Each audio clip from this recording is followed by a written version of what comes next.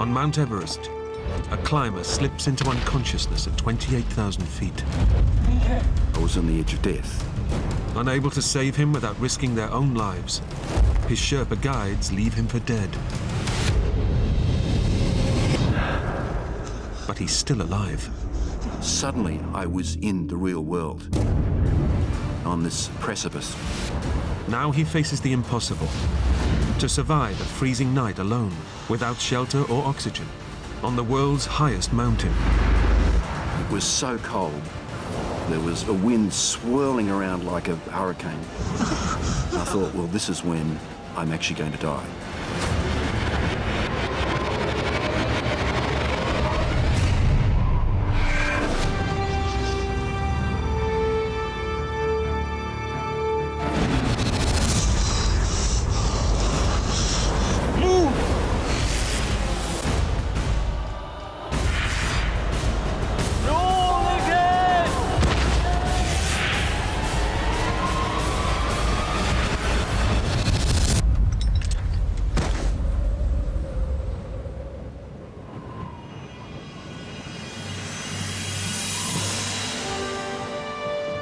Mount Everest, the highest place on Earth.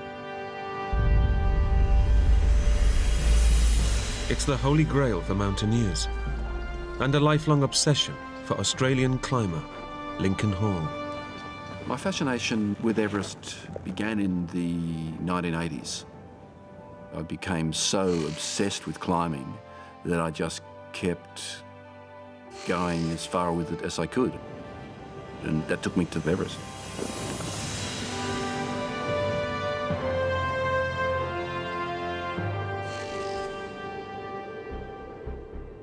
In the early hours of the morning, he's going to make a summit attempt. But it won't be his first. 22 years ago, Lincoln got to within 1,500 feet of the summit before conditions became too dangerous and he was forced to abort his climb. When I got down to the base camp, I was overwhelmed by disappointment. It was almost like a poison. I just couldn't let that happen again. But now, aged 50, and with a wife and family, Lincoln knows that this is his last chance. Having a family made a huge difference to Lincoln. Even though this had been his dream for a couple of decades, not coming back wasn't an option. I just turned 50 and I was nowhere near my strength that I'd had back in my heyday. And I knew that the only way I was going to get through this was through the strength of my mind. Okay, George, let's go, mate.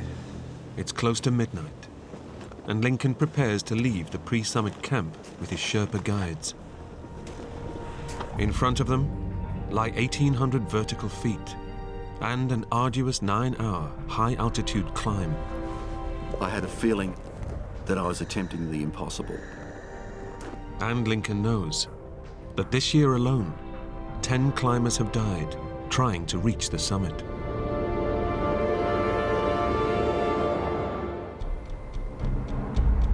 At a lower camp, Lincoln's close friend and expedition colleague, Mike Dillon, is monitoring his climb.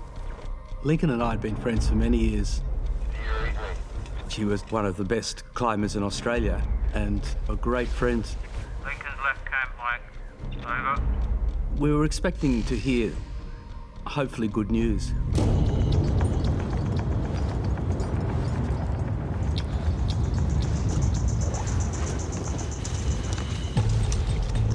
Lincoln is now climbing in what's known as the death zone, an altitude starved of oxygen, where every step is a test of endurance.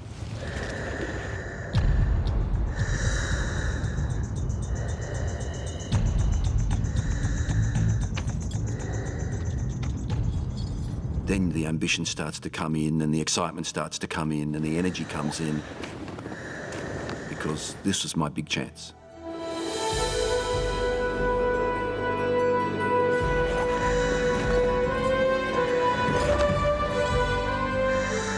It was wonderful. There were stars everywhere and it just felt like you'd already left the planet.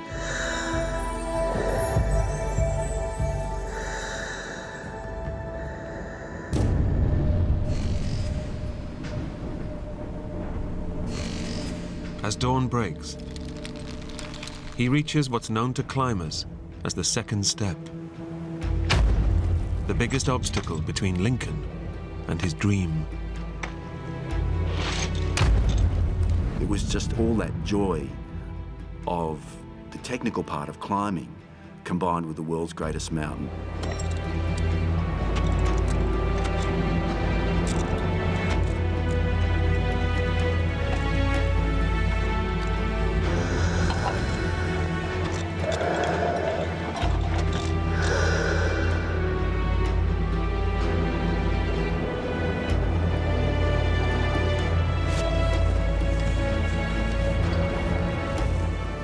And the mountains had started to take shape. We could see the ghostly shape of the summit pyramid.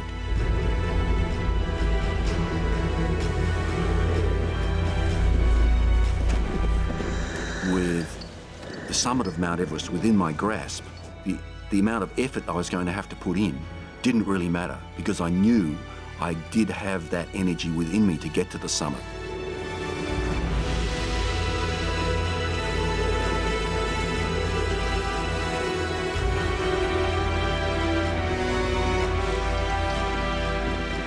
Those last steps were really difficult, but I knew I would get there.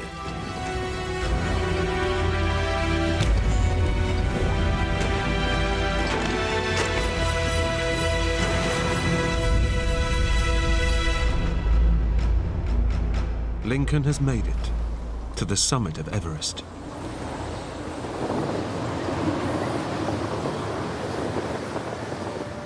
He's on top of the world. I could just feel this glow of excitement and of joy. It was just the most wonderful feeling.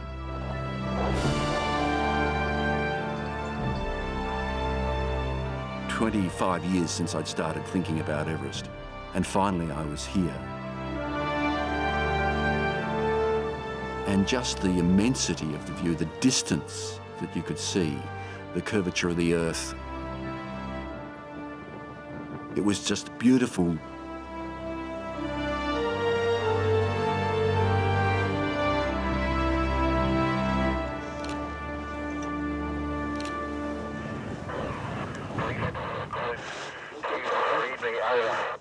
I was just walking past the communication tent when I heard his voice. Lincoln, it's Mike, over. I can't believe we're here. It was fantastic because Lincoln deserved it more than anybody. Finally. He was perfectly calm. It sounded as though he was ringing from the office. Thanks, guys.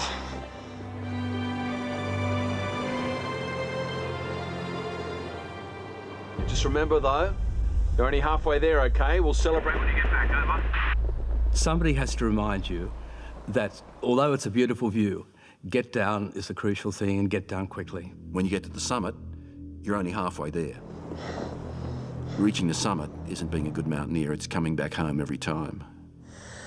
Lincoln knows they must descend immediately from the death zone, as no one can survive at this altitude for long. The death zone has earned its name because it's at a height where your body is literally dying. With the shortage of oxygen, it's very easy to let a little error slip past you, and that can lead to death. Lincoln and his guides now face a grueling 3-hour descent to get back to the pre-summit camp. That extra energy that you had from achieving your ambition, suddenly you don't have that ambition and you're just filled with tiredness.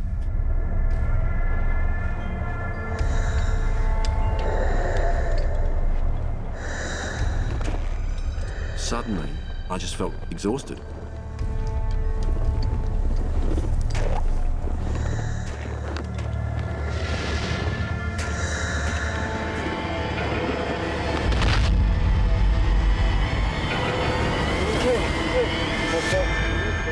Then I became overwhelmed with lethargy.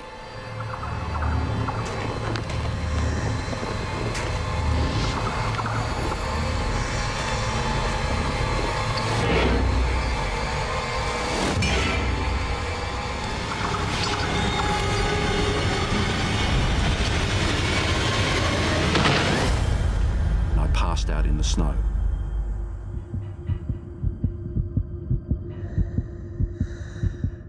Suffering from a severe form of altitude sickness, oxygen starvation is causing blood vessels to leak fluid into Lincoln's brain. I couldn't live in this oxygen-starved environment for very long at all. If he doesn't get up and get down the mountain fast, he'll die.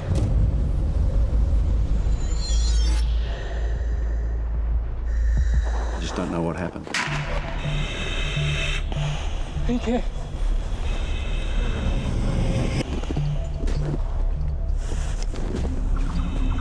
Direct to base camp. Dorsha, this is Mike from base camp, over. Lincoln is down. He's barely breathing. At base camp, Lincoln's friend Mike Dillon knows this is desperate news. Lincoln is suffering from severe altitude sickness, or cerebral edema. We started to be very worried because when you get cerebral edema at that height, it's very unlikely that you'll live. Pressure is being put onto your brain. There's nowhere for that pressure to go, so it makes you go delirious and you die. Is he talking? Is he making any sense? Over. Negative. Cerebral edema can kill people instantly, but we knew that sometimes it can take a little while. Close to the summit of Mount Everest, it's impossible to bring Lincoln down. No one has the physical strength to carry anyone down from that height. Lincoln. Helicopters can rescue you from ships, from being lost in the bush. You can be rescued from the water, but you can't be rescued from the summit of Mount Everest. Over decades, more than 200 people have been left for dead near the summit of Everest.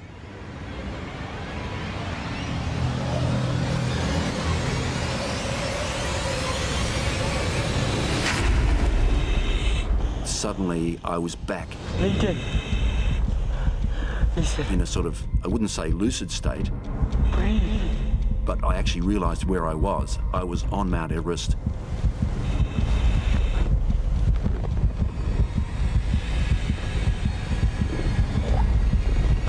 He's getting up now. He's getting up.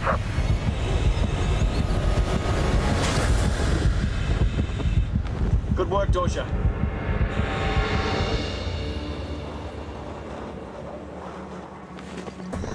I was lucid enough to realize that I really had to get down as quickly as I could. But the fluid, causing pressure on his brain, is now leading to a dangerous loss of physical control. I was going incredibly slowly. I could hardly walk. I was just so weak. Everything was difficult. I would tell my legs to move and they wouldn't. And I'd force them to move and I'd take the other leg and do the same thing.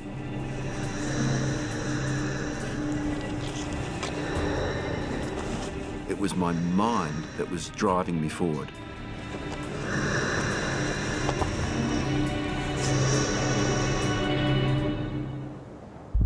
Somehow, Lincoln manages to make it back to the second step. But this means rappelling down a sheer rock face at 28,000 feet above sea level. That's the dangerous place. It's a make or break it point, and often it's a place where people die. And Lincoln's mental state is getting worse. I was in a trance. I was just incredibly confused. Another Sherpa is at the second step. And I wondered what he was doing there. A climber that he was guiding to the summit has died just below them. Already confused, the news pushes Lincoln over the edge. It was such a shock that I fell to pieces.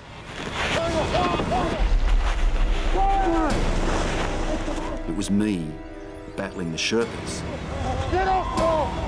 I was really on the very edge. was an 11,000-foot drop. That's where I wanted to jump. I was trying to jump off the face. I had gone delirious.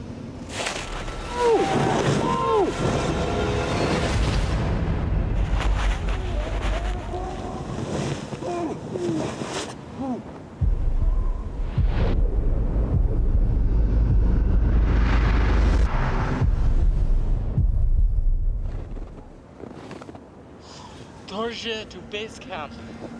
Do you read me? Over.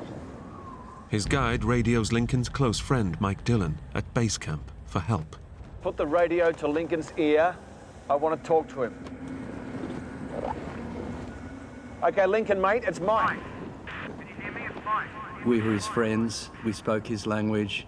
Even though his mind was obviously irrational, we thought that we might be able to help. Lincoln, you've got to get up. Mike is Lincoln's only hope. The Sherpas can't carry him down. But staying with Lincoln at this altitude could kill them too. If Lincoln doesn't get up, he'll be left to die. Lincoln, Mike, hear me? Get up. Come on, mate, get up. Suddenly I could hear an English voice, You have to keep going, all right?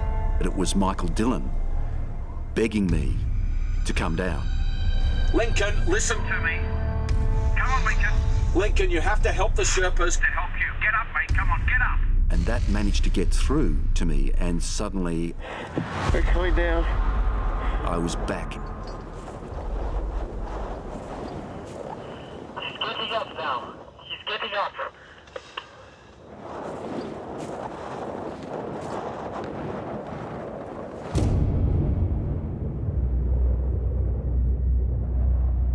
But now Lincoln must rappel down the treacherous second step. And this time, he's on his own. And I needed to descend that using a rope, and there was a ladder. I started going down the rope. Lincoln!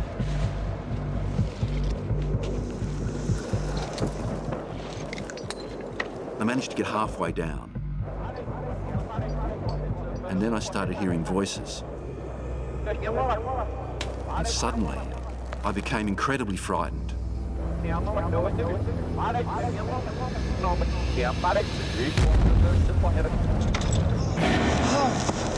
I just panicked.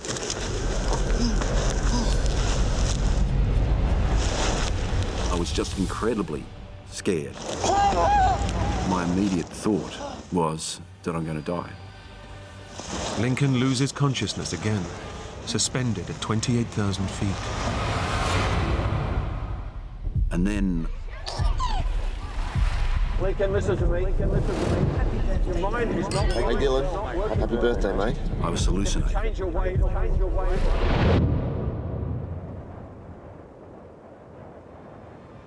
There was sort of a silence.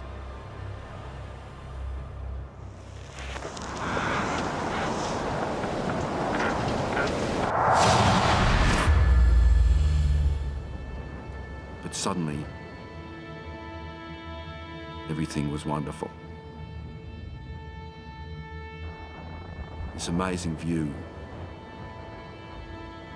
I forgot about everything else. I just started to feel this joy at this wonderful mountain scene with the warm colours of the late afternoon on the snow.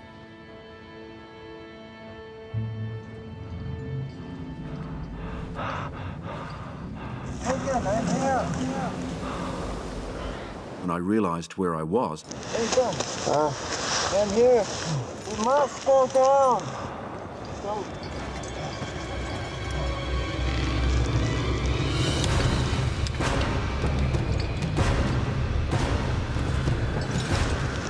pulsing with adrenaline, I rappelled down.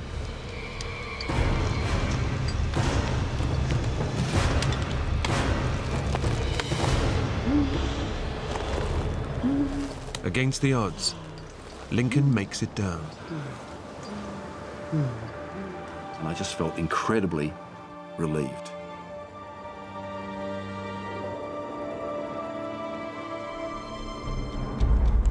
Go! Sherpas took advantage of the fact that suddenly I was re-energised, and they kept at me. Move! Move! They just kept telling me to keep moving, keep moving, keep moving. But vital time has been lost. And at this altitude, every second counts.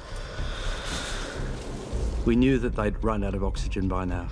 We knew that meant all the effort of trying to get Lincoln to come down was exhausting everyone. It was probably the key factor that was going to kill Lincoln.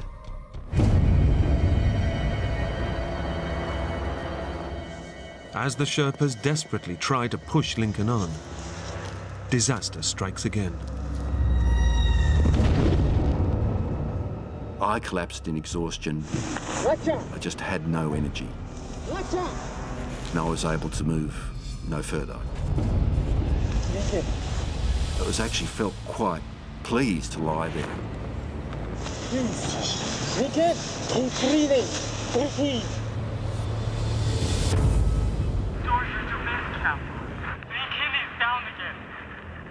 He was breathing very slowly and he was in a very bad way. He's lost all heart and hope, they put it like that. I remember thinking, he's a goner. Lincoln. Lincoln. The Sherpas put their finger into Lincoln's eye and he didn't respond at all, so he was in a comatose state.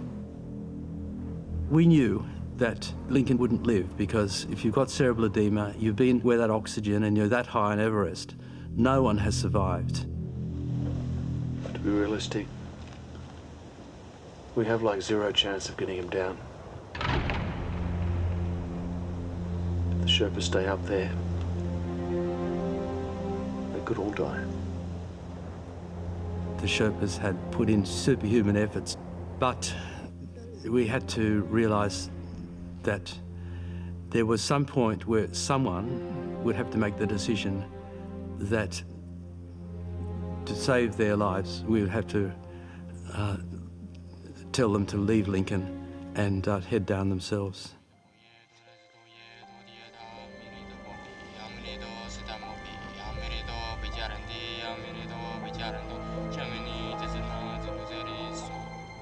The Sherpas say a prayer and collect Lincoln's belongings to return to his family. Lincoln Hall is left for dead.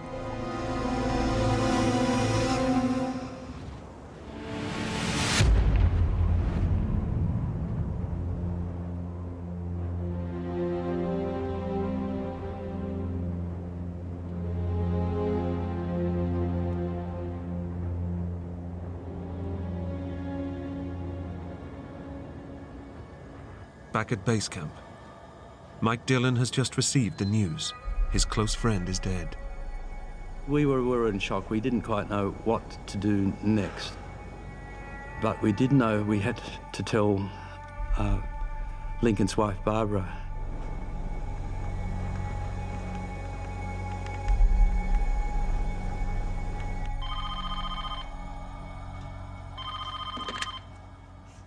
Hello?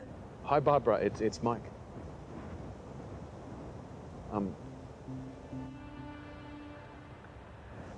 Look, I've got some bad news. Lincoln passed away about 20 minutes ago. I just felt an incredible hollowness, as though really part of me had died as well. Oh, so sorry. I just felt just numb.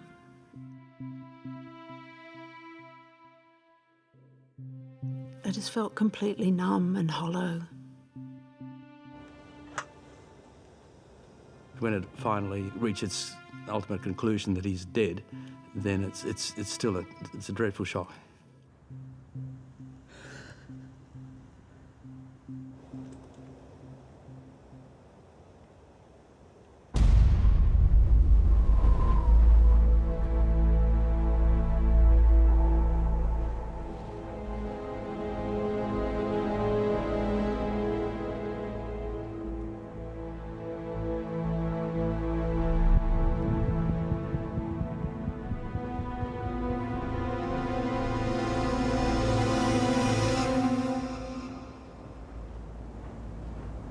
3 hours after being left to die,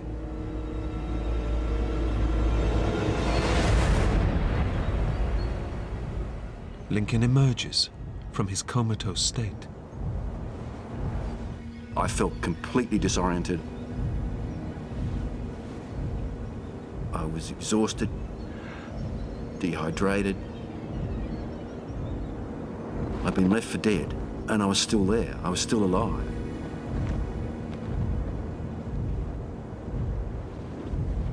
I very carefully looked for my pack, which had some really useful things like a warm thermos and a headlamp and some extra clothing. But the pack has gone. Lincoln's guides have taken all of his gear to return to his loved ones.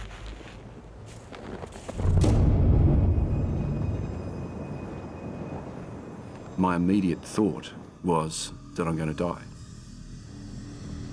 Having been left for dead with no shelter and no oxygen, how could I possibly survive up here?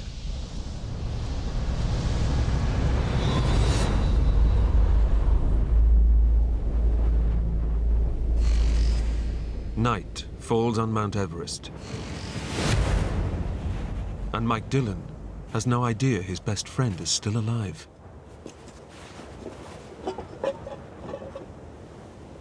I had to go to Lincoln's tent and pack up all his belongings, report to the authorities that he died.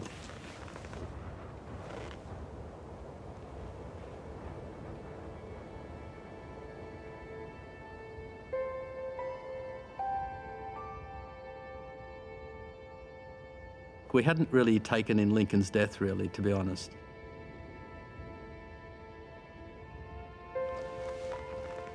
Your brain can't process this kind of information.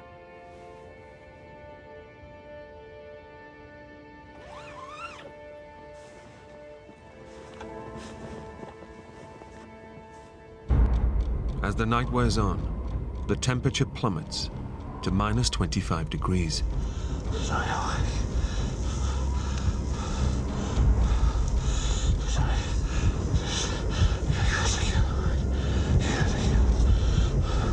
It was so cold. There was a wind swirling around like a hurricane. Exposed near the summit, Lincoln is now at serious risk of hypothermia.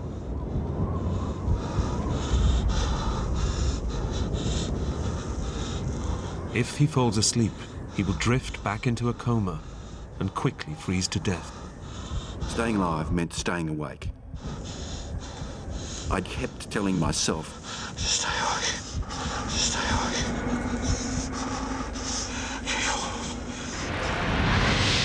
My mind was ready just to drift off into nothingness, into the warmth of imminent hypothermia. But I just couldn't let that happen. So I rocked my body in a sort of circular motion. As the hours go by and the temperature drops further, Lincoln doubts he'll make it through the night. My family's back home, and there's this aura of death.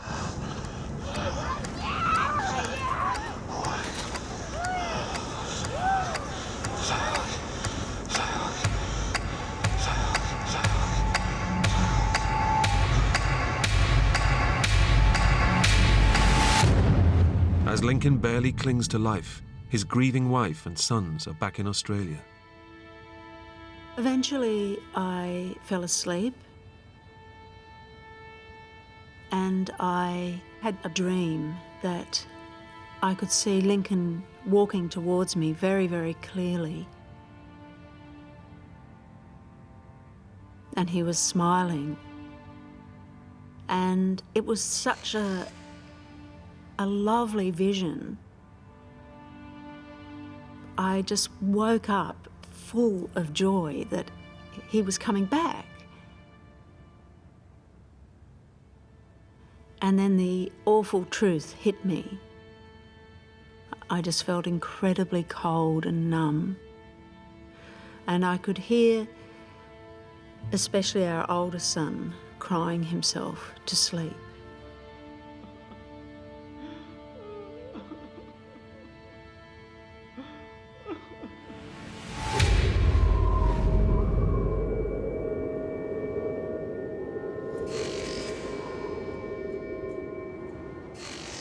By the early hours, Lincoln is losing the battle to stay alive. I was so cold.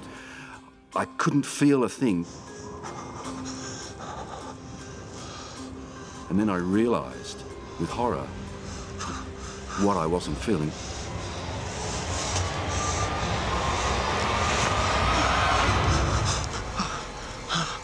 What I wasn't feeling was my fingers. And I recognised the wooden feeling of frostbitten fingers.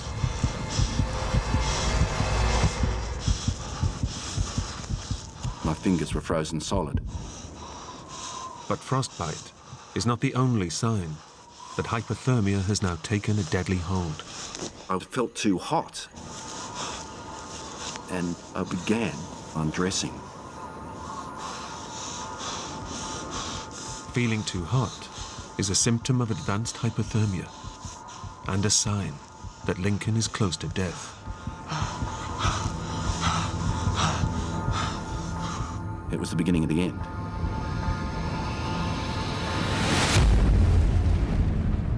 At camp, The Lincoln Hall. Lincoln's friends pay tribute to him. Lincoln.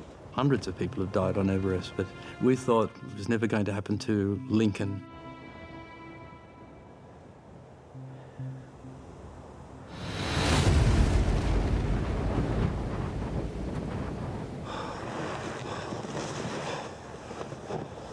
I had an hallucination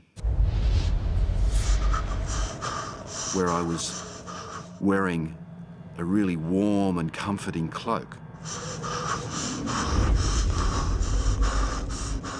But that cloak was the warmth and the welcoming of my imminent death.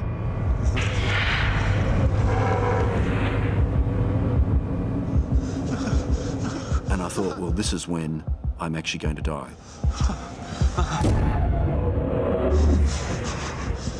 And then I had horrible, horrible recognition of the fact that I would not ever see my family again.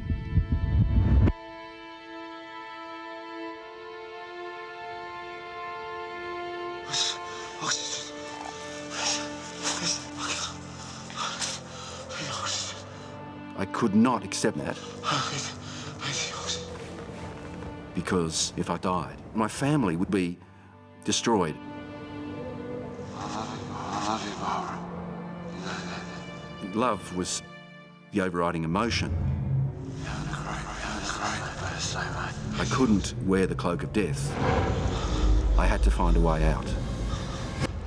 I had to come back to my family.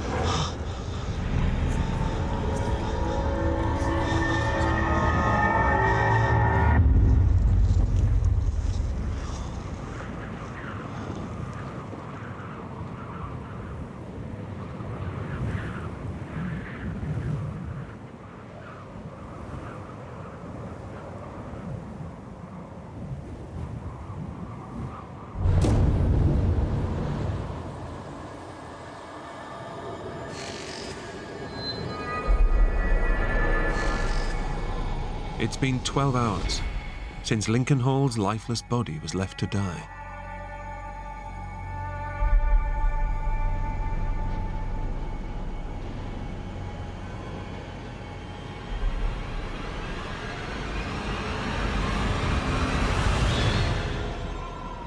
Incredibly, he's still alive. But alone, near the summit of Mount Everest, he's barely clinging on to life.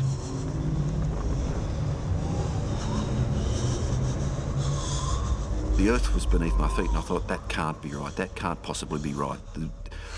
This huge mountain can't be moving. Therefore, I must be on a boat.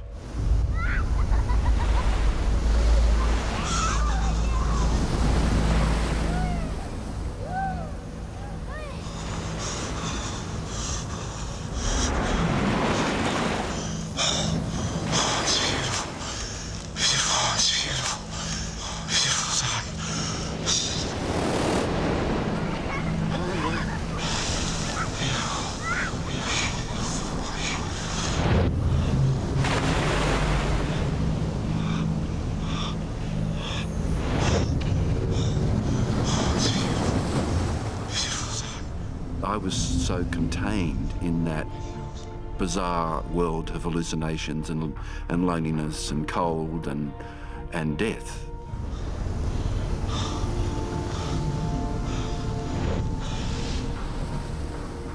I didn't know where I was.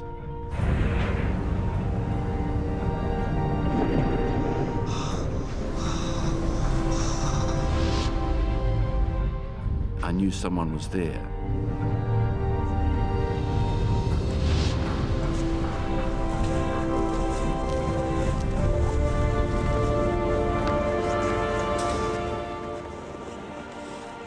It was all very confusing because I'd been living in a very intense world of being alone and coping with that, and suddenly there were other people who'd come from somewhere.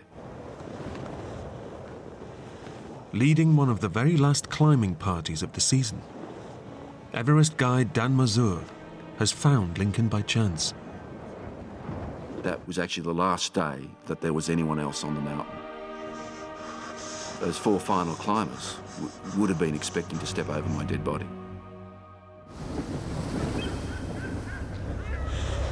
You tell me, man.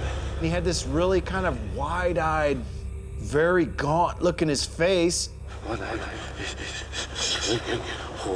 He was not in good shape, you know, and 28,000 feet, you know, the human body is very fragile. Severely hypothermic and delirious from the swelling in his brain. It may already be too late to save Lincoln. He kept looking at us and saying, "Oh, this is a brilliant boat ride we're on. What a brilliant weather for a cruise." Just lie down. Lie down.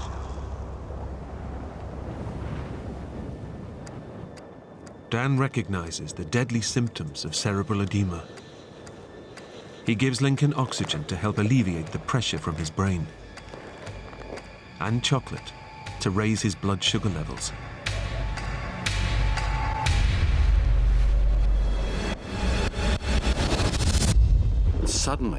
Suddenly, I was in the real world. I just didn't remember what happened. Lincoln is pulled back from the brink of death. Stand sir. On 7 Summit. Team. Over. This is 7 Summit, Stan. Go ahead, over. We suddenly heard a guide's voice come on the radio. You have somebody called Lincoln Hall with your team. Lincoln died? He died last night. Over. He's alive. You're kidding me. It was pretty amazing. We were still in a state of shock. We hadn't really taken in Lincoln's death, really, to be honest. And now we had this extra news to take in that Lincoln wasn't dead. A team of Sherpas is quickly mobilized to rescue Lincoln. But they are 4 hours away. And Lincoln has already slipped back into a delirious state. You can slip away into unconsciousness and coma and death extremely rapidly up there. I was hallucinating madly. He turns on those trying to save him. He fought us. He took off his oxygen mask, he ripped it off. Something here. I was trying to go back up the mountain. In fact, I was on the edge of death.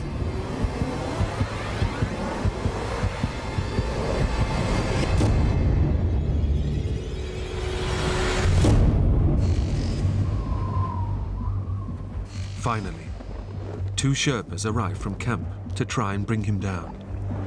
Already exhausted from a 4-hour ascent, Lincoln's life is now in their hands. The Sherpas had no idea of how fragile I was.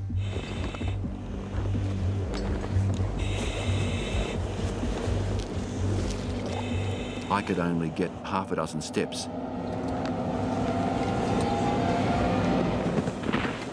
Before I had to collapse in the snow. The Sherpas must now get Lincoln down 7,000 feet.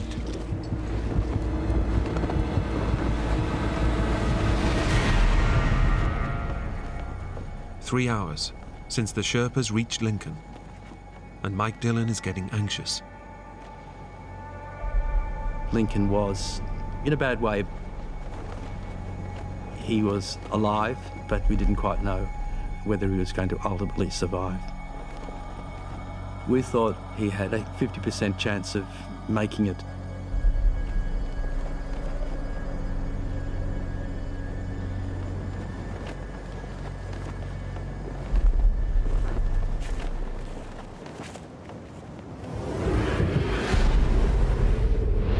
And as another night falls, Lincoln's progress is painfully slow. The Sherpas know that their lives are now on the line. I was saying we have to go more slowly. Move! Go! And they were saying, no, you have to go fast. They push Lincoln hard.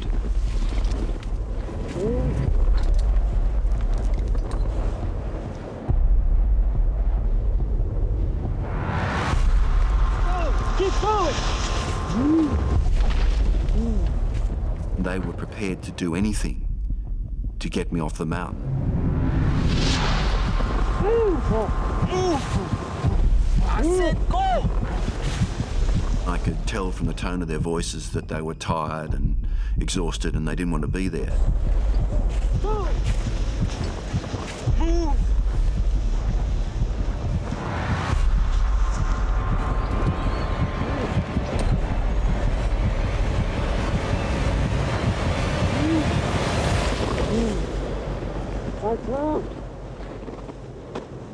Get up!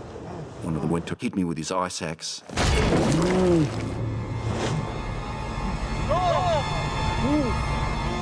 They were prepared to do anything to get me off the mountain.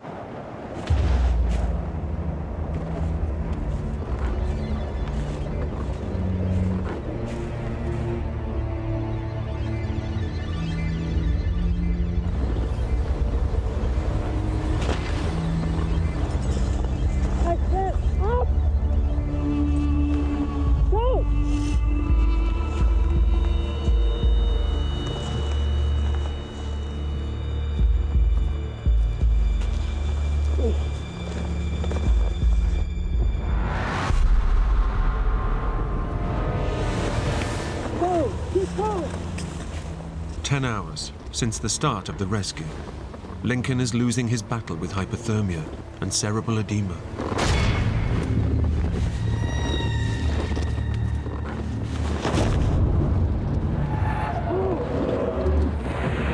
Lincoln finally gives up. I was able to go no further.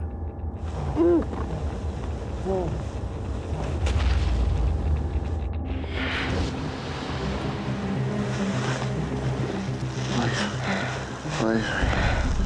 Just leave.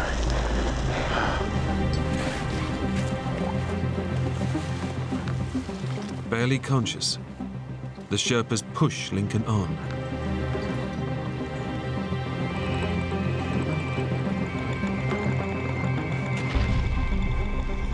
The only thing I could do was just to hold on to my commitment to find a way through this.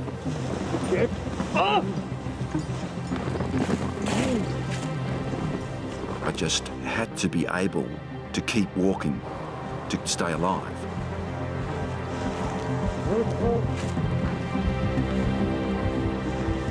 But I was going to do it. I was going to get back so I could get home. We're close, Lincoln. We're close.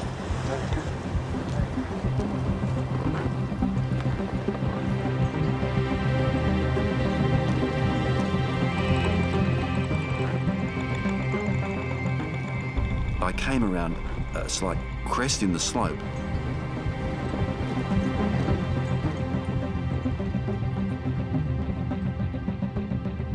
And I thought, this is it.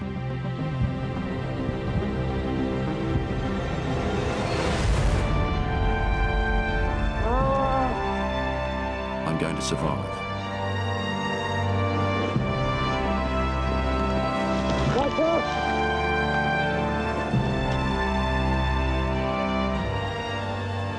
was just a flood of relief.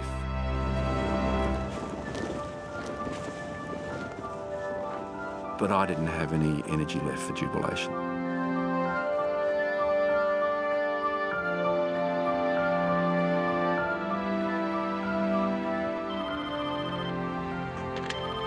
Hello? Oh, Lincoln? Lincoln's voice was so hoarse, I couldn't believe it was him. it's okay. She knew it was me. And that was just the most wonderful moment. It's okay, baby. I'm okay, I'm fine.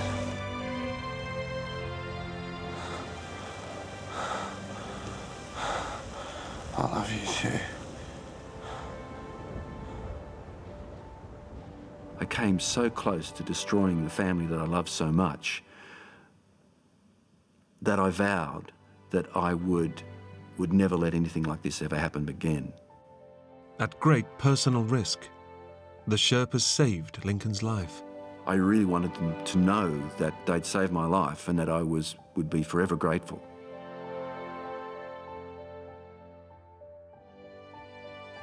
Lincoln recovered, but lost the tips of his fingers and a toe to frostbite. He still rock climbs, but has no plans to attempt any more major peaks. Doctors have yet to understand how he survived so long, with so little oxygen and without shelter, in Everest's death zone.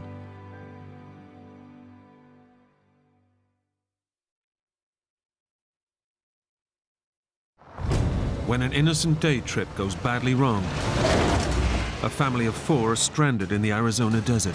Just a nasty situation that progressively got worse. Miles from the highway, they must walk out in the burning sun. This heat is killer, and it kills people every day. Mama, just shoot me. Deep in bandit country, how far will one couple go to save their kids? Run, kids! I guarantee you, if you're gonna kill my kids, I will shoot you.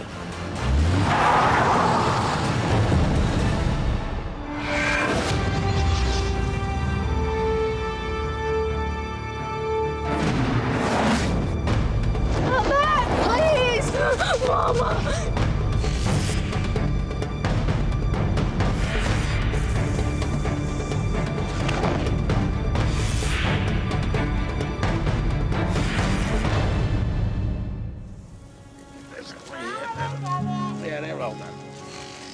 Don't walk with food in your mouth, honey. Shelley, her 2 children, and new boyfriend Roger are enjoying an afternoon out in the Arizona desert. My kids both have been raised in the outdoors. Tiffany was attending school, and Michaela had just started kindergarten. This is an extra special trip. Shelley's boyfriend Roger has just moved in and wants to make sure everything runs smoothly. What helped the relationship is because the girls really liked Roger. He was always very, very kind to me. Hang on, let me get you a nap. Tiffany, at 9 years old, was always reaching for a father figure. I was like, okay, I guess we're gonna try to make this work because the kids really like you. You seem like a good dad. There you go. Oh boy, oh boy. Okay, that's it. The girls are my life, and they have always been my life. And I would do anything for them. It's a good break to get out in the desert, and it's close enough. You can grab a couple packs of hot dogs and some buns, and we're good to go. The family have driven from their home 40 miles away. Okay. For Roger, it's new territory. But Shelley has been coming to this area since she was a child. Coming from a family that didn't have a lot of money, the entertainment that we would do as a family is go out in the desert. The Arizona desert is a vast wilderness, covering 120,000 square miles. It's known as one of the world's harshest environments. But for Shelley and the kids, aged 9 and 5, it's a perfect place to take part in one of their favorite activities. It's always fun. Every time we go out, it's fun. Shelley is curious to know how her new boyfriend will get on. Roger was the kind of guy that worked in an office, in air conditioning. And if things needed done at his house, he would have somebody come over and do it. Oh.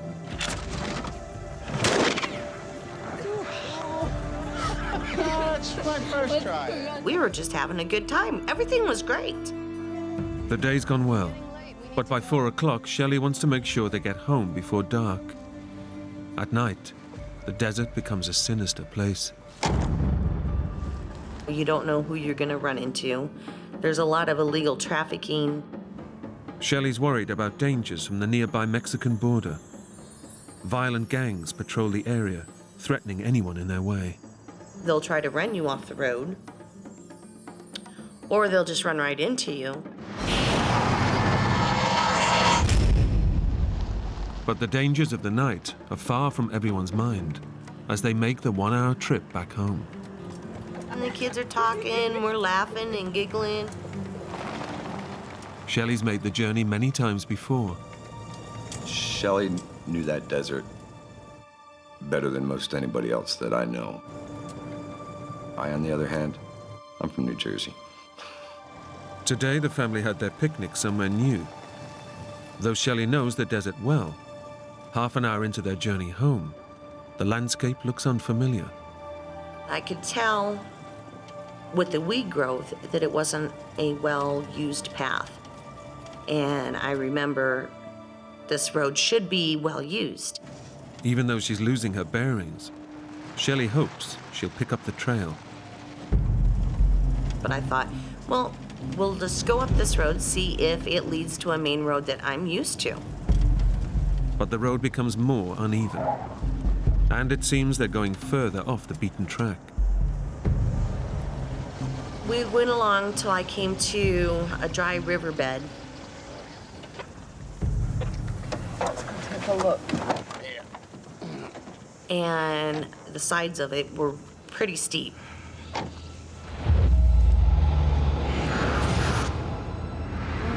I don't think we can make it. Being in a two-wheel drive truck, your only traction is your back tires. I says, oh, I'll drive. I'll get us through there. We'll be out of here in no time. Hoping he can save the day, Roger takes over.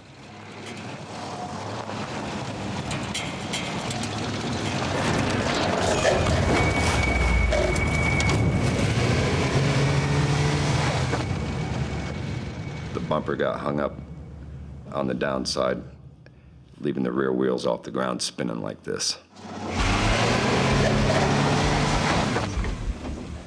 The family truck is ill-equipped for this type of terrain and is now totally stuck in the sand. Girls, get out. Roger has a plan to get them out of trouble. We gotta get some sticks and stones, put them under that wheel, and maybe we'll get some traction and get out of here. I didn't really know what was going on at first. I figured they can get it out. We tried putting more rocks up under the wheels because, keep in mind, the wheels were this high off the ground because the truck was sitting like this. We didn't have shovels, of course. We're just going out to go shooting, right? No,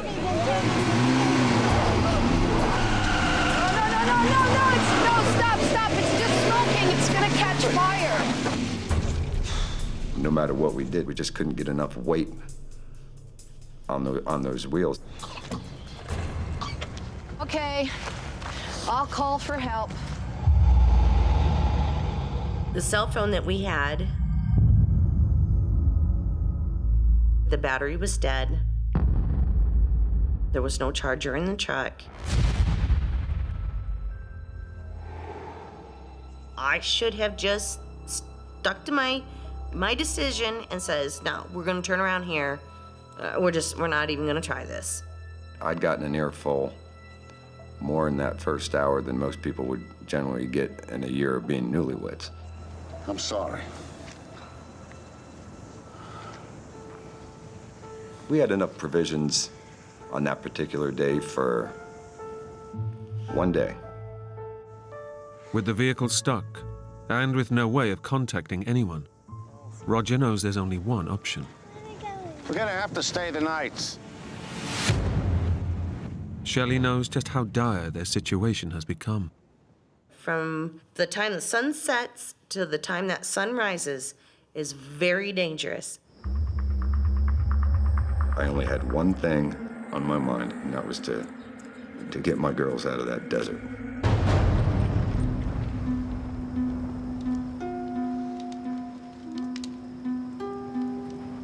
I don't really remember anybody falling asleep that night. Armed with their skeet shooting gun, Shelley and Roger stay awake in the fear of lawless gangs of human smugglers from the Mexican border. Them themselves have no regard for human life, and it don't even matter who it is. It was just praying to God that the girls would be all right and they wouldn't get hurt or worse.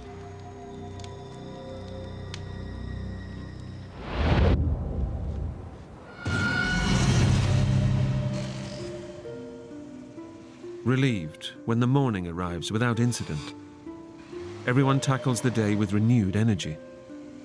We're encouraged, we're kind of energized to say, by gosh, we can do this. We really thought daylight would help us so that we could see exactly what kind of situation we were in.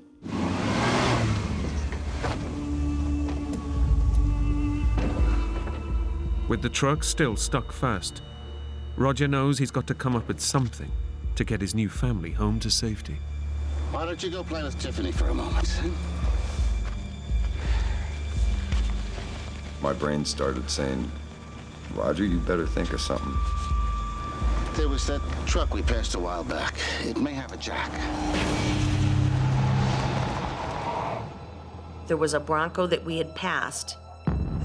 The rims were gone. So we decided, well, let's at least try to get to that Bronco, see if it's got a jack in it, and then we can get started again. It's going to be a 4-mile hike back to the Bronco. And with only 2 small bottles of water, they risk serious dehydration in the ferocious heat. Are you sure? I know you're told to stay with the vehicle, and I'm thinking the vehicle has AC. But if we sit there at the vehicle, we're going to be there for days. That road's untraveled.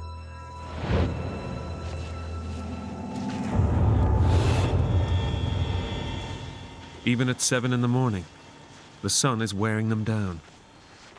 We knew it was going to be hot, real hot. Not what most people in civilized countries are used to. Not your 85, 90 degrees. Try between 115 and 118 degrees. It's particularly tough on the kids. Their lower body weight means they get dehydrated quicker. Oh, honey. Oh, every 20 feet, everybody's sipping water, and I'm noticing that there's only one small sports drink bottle left. Take it easy, Tiff. We gotta make it last.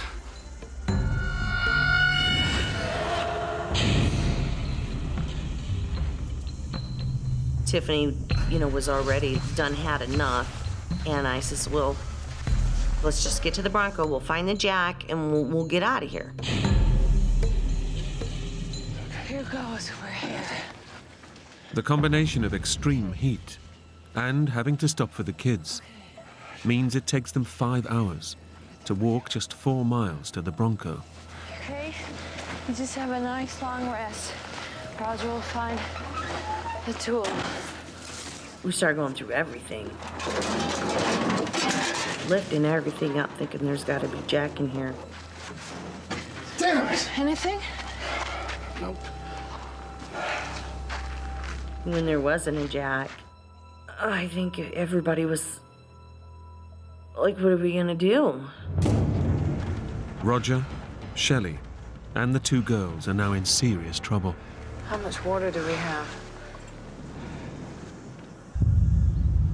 We had like 3 inches of water in that Gatorade bottle.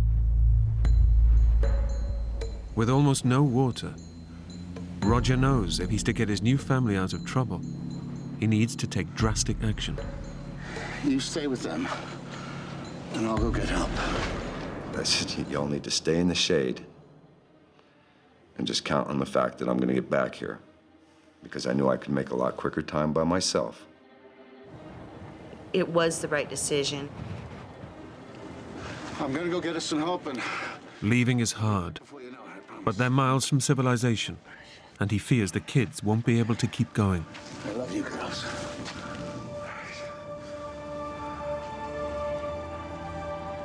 Probably the toughest thing that I've ever done in my whole life. I'll be back before you know it, all right? Give everybody a kiss, and I started on a slow jog, actually. He was feeling very guilty. I mean, when he walked away from us, he almost was running. And I'm thinking, you can't do this in the heat.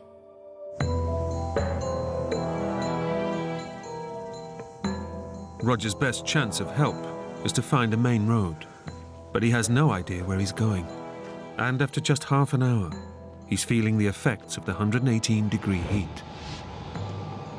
It was not so bad at first, but boy, then you realize that you'd better not be breathing through your mouth anymore, because with every breath of that hot air that you're taking in, you're losing that much moisture in your mouth.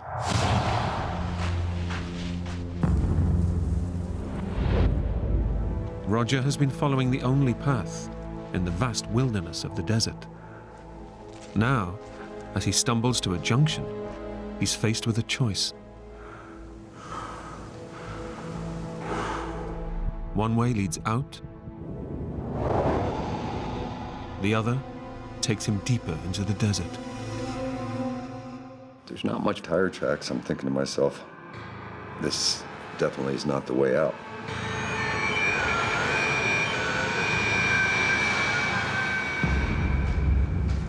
Roger chooses the path with more tracks. With Shelley and the girls depending on him, he can only pray he's made the right decision.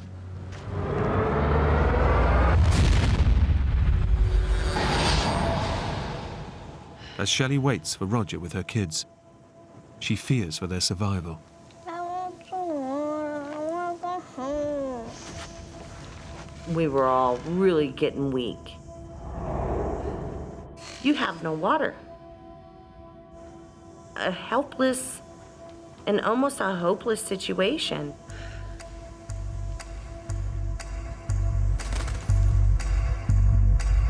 They've pinned all their hopes on Roger. But 3 miles down the road, he is totally lost.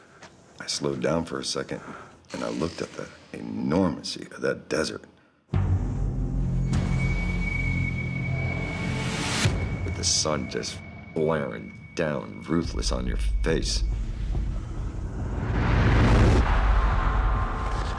With no point of reference in the endless terrain, Roger must do everything he can to keep his bearings. My thought process is that as I find my way out, I darn well better be able to find my way back.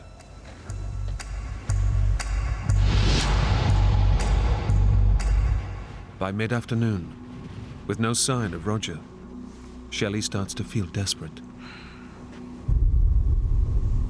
Maybe we should go. What if he comes back, Mama? We discussed it, because me and my mom are both stubborn. I said to the girls, if he dies, if we sit right here, we'll never get help. We have got to walk. Leaving seemed the best choice. But with the sun beating down and 2 children in tow, Shelley soon feels the strain. Even though you're raised in Arizona and they say that your blood's thinner, a body's still a body. You still get hot.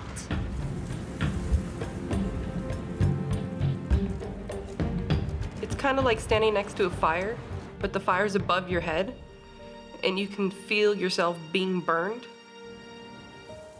And you're running out of complete energy. There's no more energy left.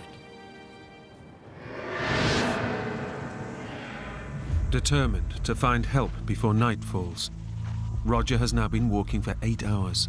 The grinding heat And the lack of water is one heck of a combination.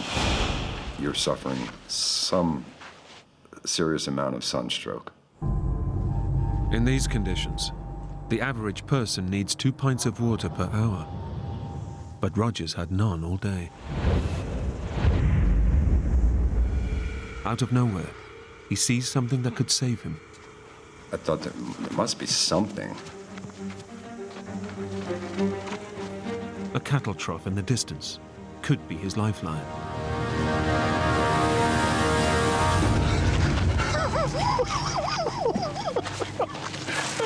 I got mad and started picking up rocks and throwing it at the water trough and kicking it and cursing. And that's when I realized that things were not going to get better in a quick hurry here.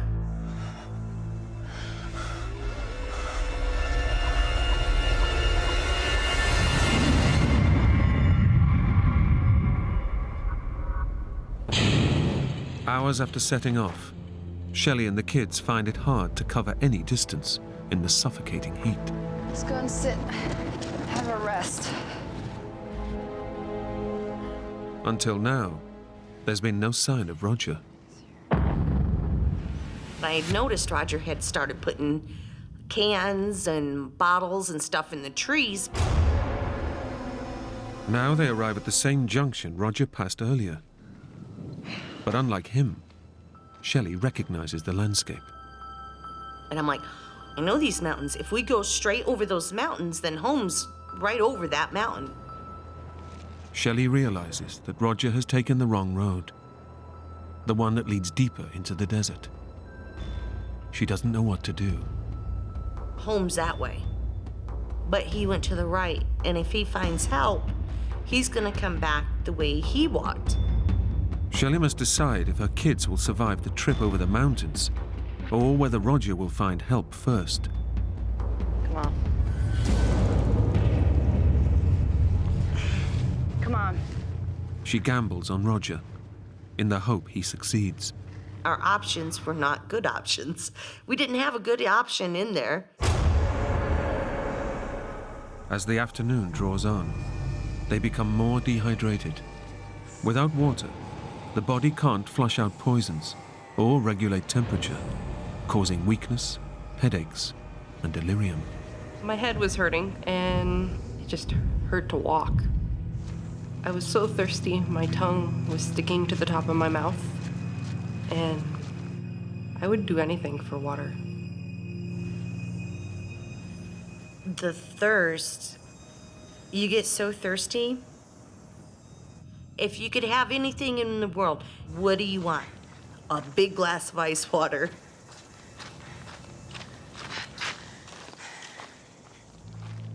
At last, they see something in the barren landscape that could help them. They come across the dumped belongings of illegal immigrants. Find some water. When the illegals get picked up, they have to leave everything they have, so they fit more in the truck, I guess. So we're looking and looking for water jugs and every backpack.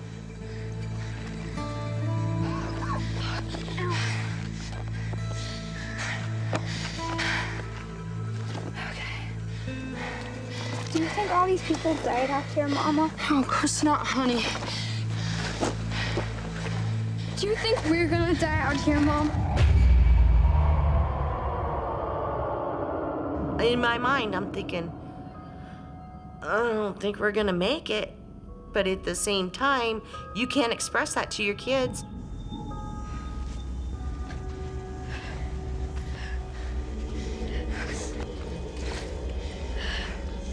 Nothing. To be so close to something that you really are in desperate need of, it's just horrible.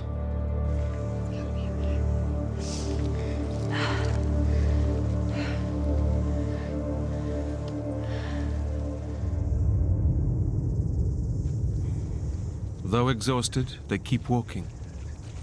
But their thirst is becoming unbearable. There must be some water in there. There must. Hours after Roger, they come to the same cattle trough that he passed earlier. Nothing.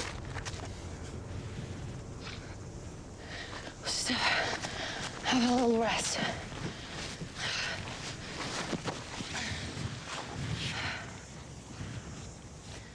I remember my top lip was stuck to my teeth and it kept driving me crazy, so I'd lick my lips. That didn't even work. What about the cactus? Tiffany had suggested that in her class she learned that the roots of cactus hold more water than the actual cactus.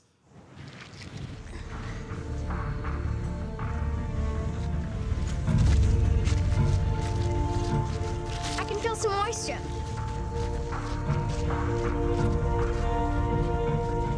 Oh, I don't think so. And you do have moisture underground, but for liquid, no. Though the cactus roots are dry, it gives Shelley a flash of inspiration. I have an idea. I have always heard cactuses hold a lot of water. If I shoot it, I could probably get some liquid out of it and put in this empty Gatorade bottle. Sit back.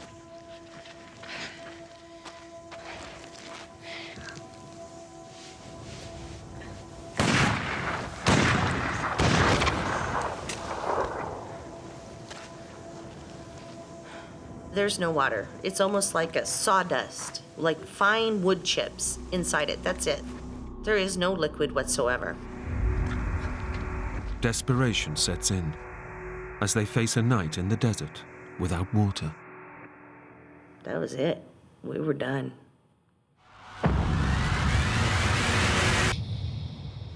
Roger knows how dangerous the desert is at night.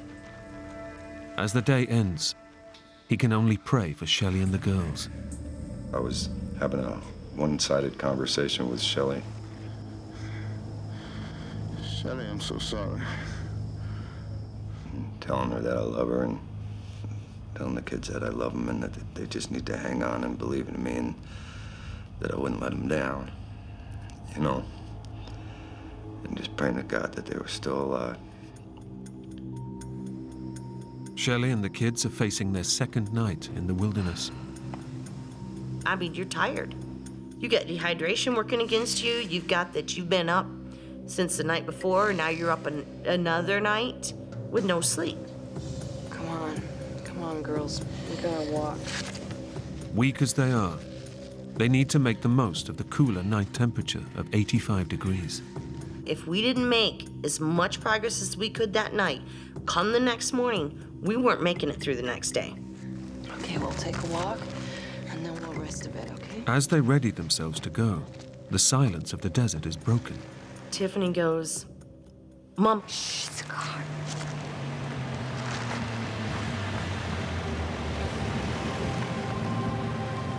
In their relief, they forget all about the dangers of the desert. I'm like, oh, thank God. We got help. We got help.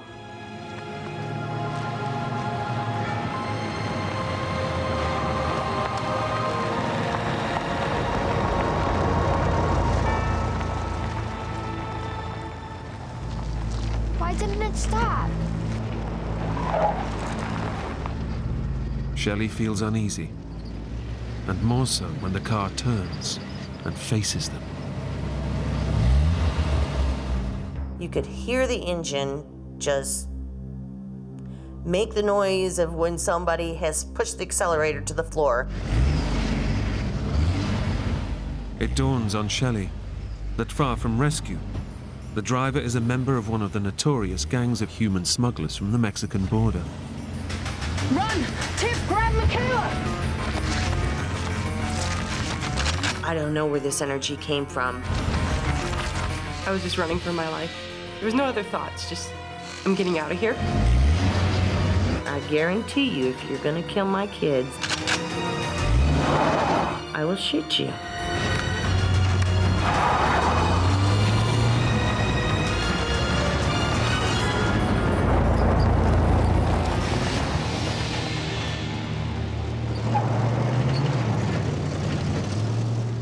Shelley's bravado pays off, and at the last moment, the driver veers away. That person did try to kill us. Oh, why did you try Come here. No, don't cry. All these things out there that could have attacked us, the mountain lions, rattlesnakes, and the only thing that messed with us was our own race. Not the wildlife, the human race.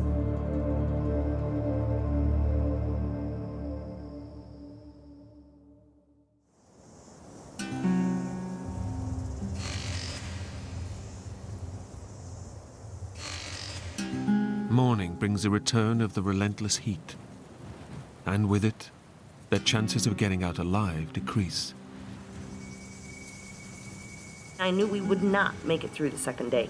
I already knew that. Their only hope of survival now is Roger. But he's struggling as he tries anything to quench his thirst.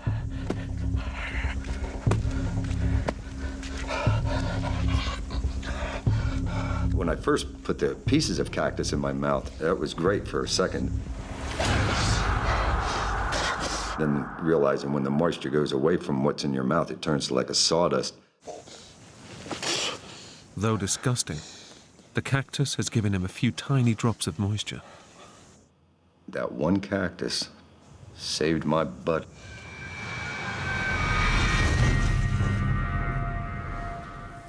It's been 24 hours now since the girls have had any water, and they too are desperate. We've kind of lost our mind at this point. We're way dehydrated. Mama, can I tell you something weird? What? In our science class, we were told that you can drink your own pee. Really? And I said, oh, that can't be good. Mommy, I just have to have something. I am so thirsty. I'm like, oh my goodness. Okay, well, we are so thirsty.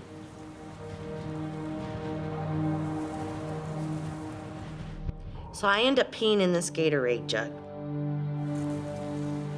They badly need to take on liquids. In these conditions, you can lose up to 10% of your body weight through fluid loss.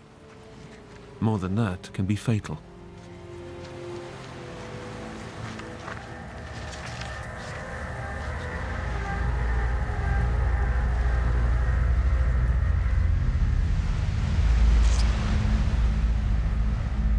Yeah, I will never forget the taste. It's absolutely disgusting.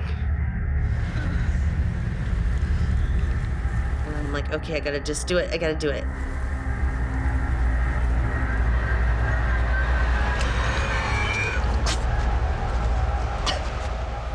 And then I made Michaela.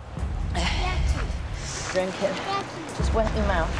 It's just so sickening. You can never, ever even imagine to bring yourself to do that.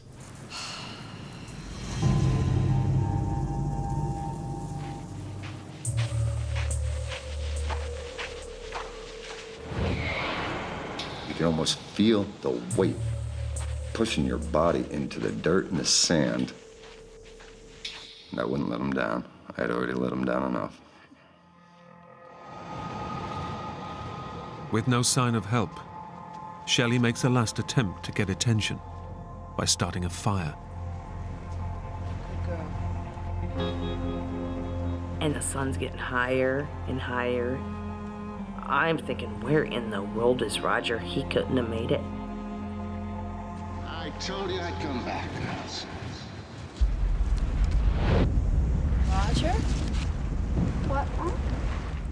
At last, it seems their prayers are answered. Roger's here. I heard him. Really, Mama? Where? Yeah. Roger! We're here! Roger! Roger! Roger!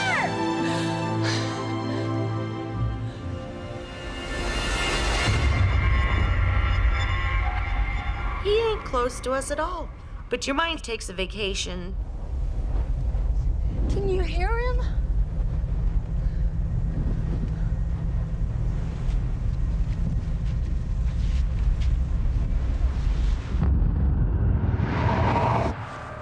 Roger, too, is showing symptoms of advanced dehydration. Lack of water stops vital impulses being sent to the brain and causes blurred vision. Now his body is giving up. There comes a point, and this is when you really know you're in trouble. You stop sweating.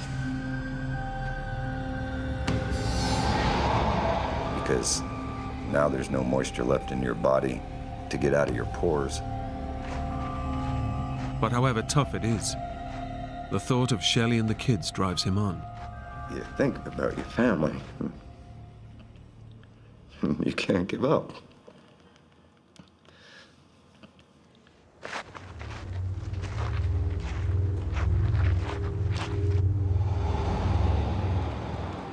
At last, Roger's determination seems to have paid off. I saw a vehicle coming right towards me. I knew that at that time of day, that was not going to be a human smuggler. I knew that.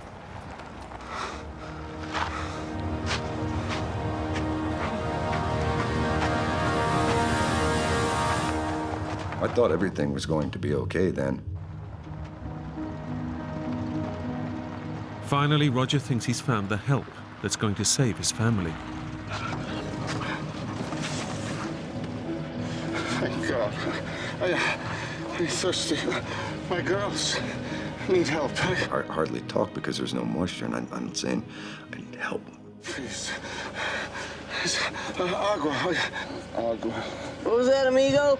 The girls, I think we got ourselves a genuine legal. No. Ain't that right, amigo? No. Please, I'm thirsty. Thirsty. Thirsty? Yes. You want a drink? Please. Oh, here we go.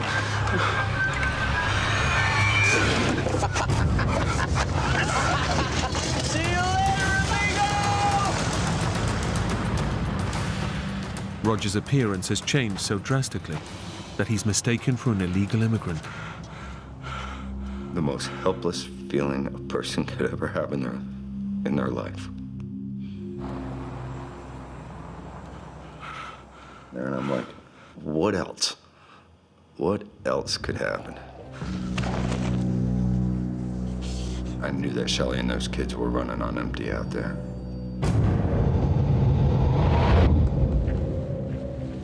Now well into their third day, the girls' chances of surviving get less with every step they take.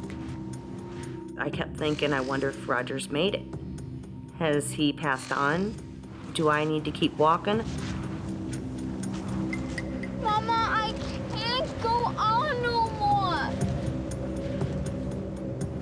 After 2 days without water, the effects of dehydration are causing the children's small bodies to shut down.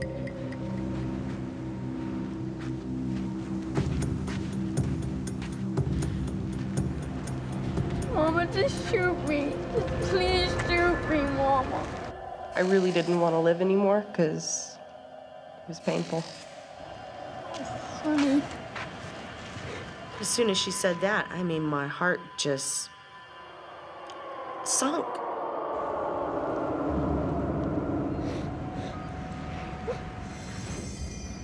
Come on, my sweetie. We'll do it together.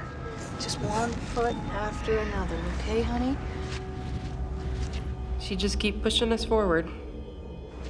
I knew I had to keep going. I can't lose these kids. I brought them here on Earth. I can't give up.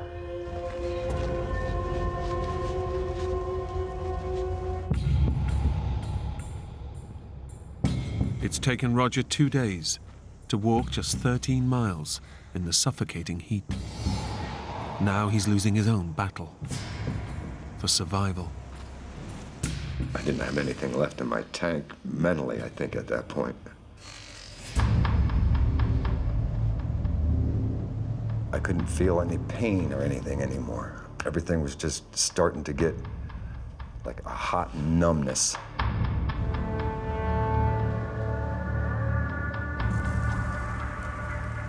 As Roger gives up all hope, yet again he sees something on the horizon.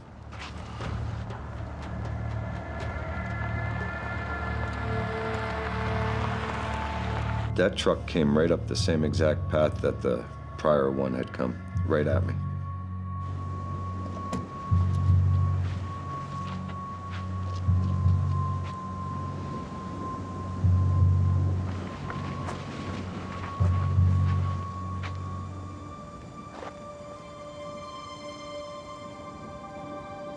Roger? He'd recognize me because he's calling me by my first name right away.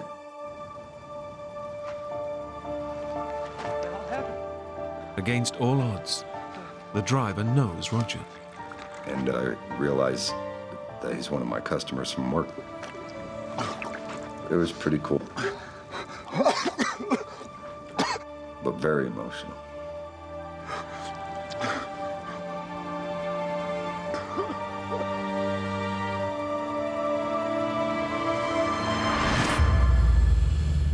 Roger is safe. But a few miles away, the girls can't go on anymore. With no shade, all that Shelley can do is bury her kids in the sand to cool them down. I crawled to her on my stomach, and I'm so weak, and I just start putting dirt on her, and I could never get her covered. She's crying for help, and I can't help her. It's a last desperate attempt to protect them from the heat. But deep down, Shelley knows it's too late. Between the cries out for help and the wanting to be dead, you never will forget.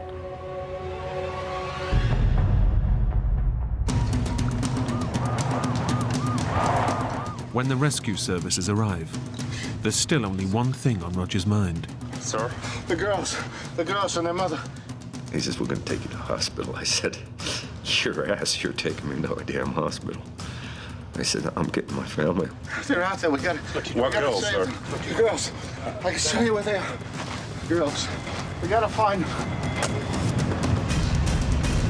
Can't you go any faster? They drive for hours, but there's no sign of Shelley and the girls in the vast wilderness. I thought their chances were, at that point, probably 50-50 at the best.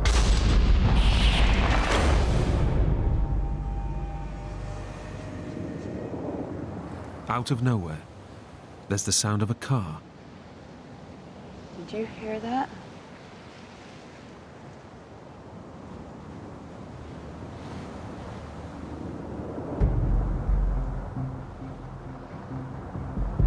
And I start crawling on my hands and knees. Please, please, please, please! With as dry of a mouth as I have, you're dehydrated, you're weak, and yelling for all you're worth. Please! Where? Well, they kept on going. They never looked in their rear view mirror.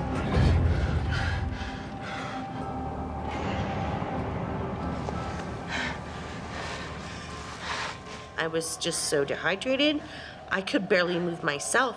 I didn't cover myself. I just laid there on the dirt. They're definitely looking for us. And they're gonna come back. We just gotta hang in there. And there was silence. It's like the bell has rung. This is your last day.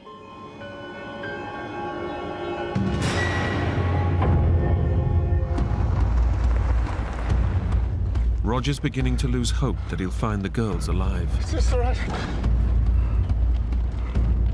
I didn't know anymore if it was going to be a rescue situation, and pray like heck that it's not going to be a recovery situation. There, that could be them. At last, the smoke of a fire gives Roger hope that the girls may still be alive.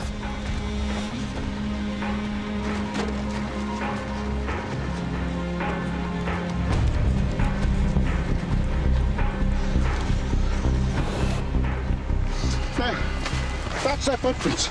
I recognize them. Clear as day, I could tell that they were from the girls because Tiffany and Michaela were wearing these sandals that had little circles for the tread. So now I'm really encouraged. A full rescue team is mobilized, but they're almost out of time.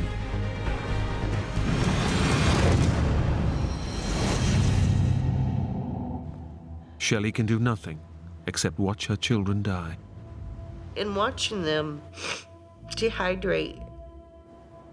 That's memories, that's images that you never forget.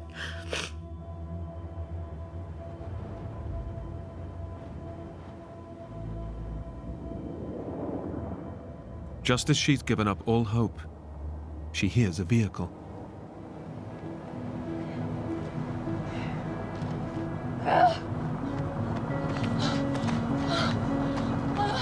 So I came up, and that's when I seen that it was the ranger.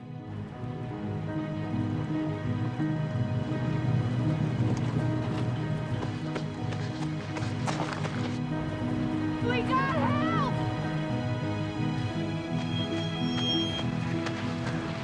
So it was right there on the cusp of life and death when we actually did get the help.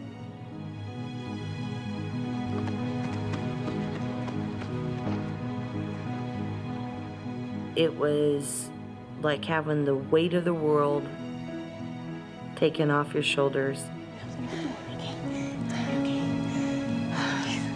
Because I didn't have to fight no more.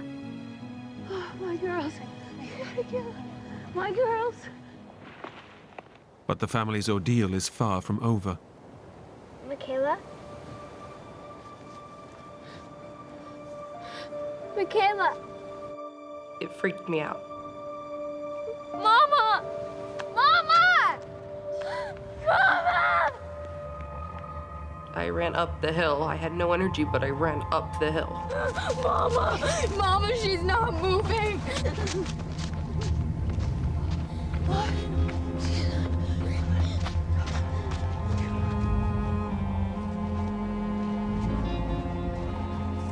I thought, well, in the midst of trying to find somebody to help us,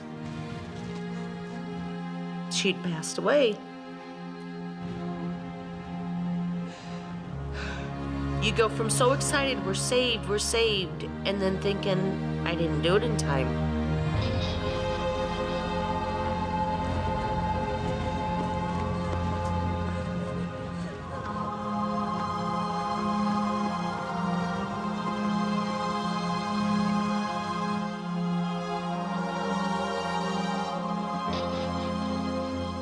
They kept trying to wake her up. They could not wake her at all. The trauma has been too much for 5-year-old Michaela, and her kidneys have stopped working. Not something that you want to see your kids go through, let alone be the cause of. They had the chaplain come in and pray with us, and I'm thinking, the only time I've ever heard a chaplain coming in, somebody's in the hospital, is when you're gonna lose that person. I didn't want to lose my sister. She's very important to me.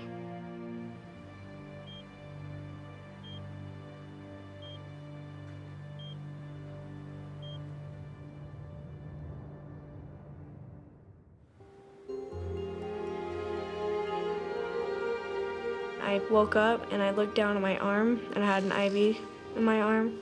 And I remember looking to the side of me and seeing my mom. I was so happy that everybody was alive. They say a human can only last out in that desert 8 hours without water. Now, we lasted a lot longer than that. And a lot of that comes from my love for them. And the pure drive to survive.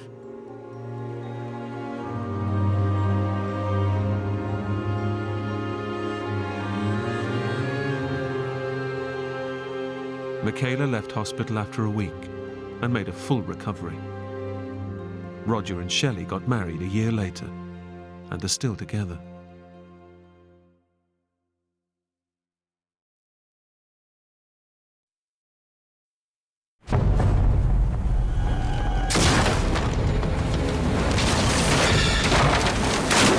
When a boat suddenly capsizes, The boat's going down! Everybody off! Skipper Steve Conway and 4 young crew are left stranded in the Gulf of Mexico. I'm not dying in here! I was terrified beyond belief. Floating aimlessly without a life raft, they face exposure, hypothermia, and the threat of drowning. Travis! Steve must draw on every ounce of his experience to keep the 4 young men alive. You've got to have a fierce will to live.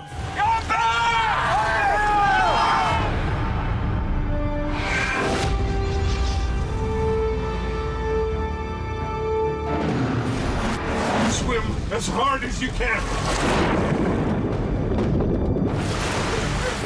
I can't do it! I can't do it!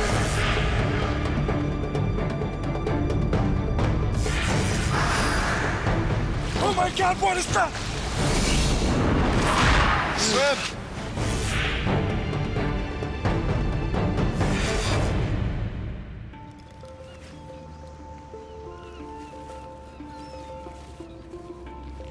Skipper Steve Conway and the crew of the Cynthia Woods are preparing to set sail on an epic boat race. Hey, where do you want me to put this food? Behind the stove. Steve is a vastly experienced sailor. A Coast Guard commander for 21 years, he has a lifelong love of the ocean. Ross? Yeah? You got that halyard connected? Yeah, it's all done. When people get around the ocean, one or two things happen. They either fall in love with the ocean or they fall out of love with the ocean. And I can't really explain why it happens, but for a number of us who go out on the water, there's just an affinity, a feel for it that's like nothing else. Where do you want the clothes? Down in the drawers. Steve's young crew today is a team of students from Texas A&M University. Make sure that everything's secured. I was real confident of the boat, and the crew were experienced young men who'd been sailing for a number of years, and it was looking to be a really great race. Hey, Steve! Hey! Is that it? Yeah, we're getting there. His right-hand man on board is a young sailor he's known for 3 years, 22-year-old Travis Wright. I'd been sailing with Steve for 3 years at that point. An excellent sailor and a very safe person, but very experienced and definitely the leading presence on the boat. He was definitely fully in command. As Steve bids his wife goodbye, he's all too aware of the responsibility he has for his young crew. All right, Travis, can you do the stern line? I was designated skipper of the vessel, and as such, the skipper is ultimately responsible for everything. It's not a responsibility that you take lightly, and it's not a responsibility you can walk away from.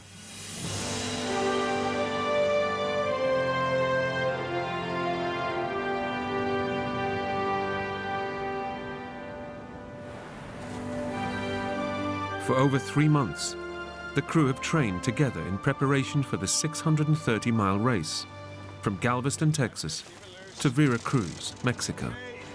Almost there, a little bit more. The feel of the wind and the sound of the wind through the rigging and the feel of the boat in the waves is just almost addictive. They sail 6 miles out of the harbor, and boat safety officer Roger Stone counts them down to the start of the race. What time is it now, Roger? Okay, 20 seconds, 20 seconds. 20 seconds, gentlemen.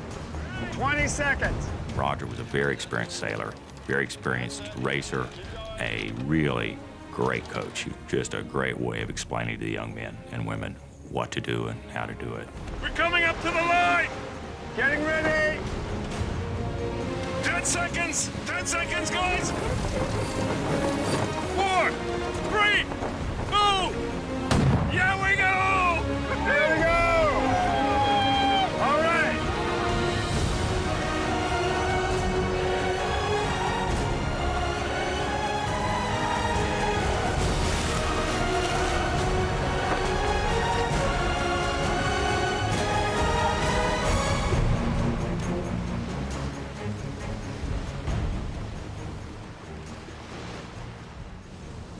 They soon break away from the other boats and head out into the high seas of the Mexican Gulf.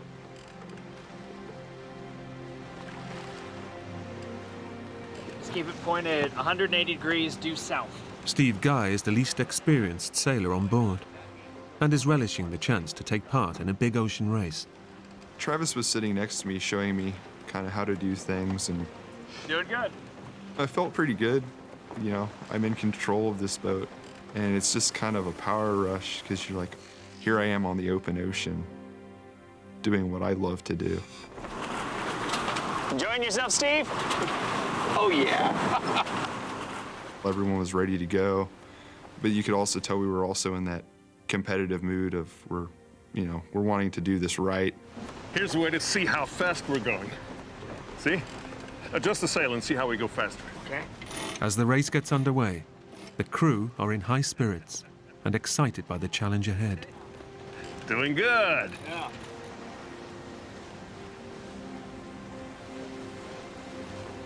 For over 6 hours, the Cynthia Woods make superb progress. Everything was going great. The sun set, the moon was up, and I realized about 2 hours into the watch that I hadn't even got wet yet. And the first wave hadn't even splashed over and splashed me, which was unheard of to be out that long and not get splashed and get wet. So it was just an absolutely beautiful night. Hey, Joe. Yeah? You want to do the topping lift a bit tighter? Okay. As dusk falls on their first night at sea, 2 of the young students rig the sails for the night's racing. Ross, you're going to have to wake him soon. Yeah, okay. Below deck, Travis, Roger, and Steve Guy try to get some sleep before taking over for the night watch.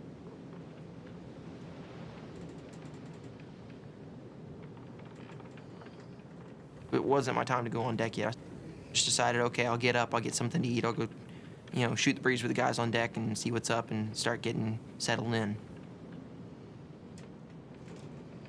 That's when it all started going downhill.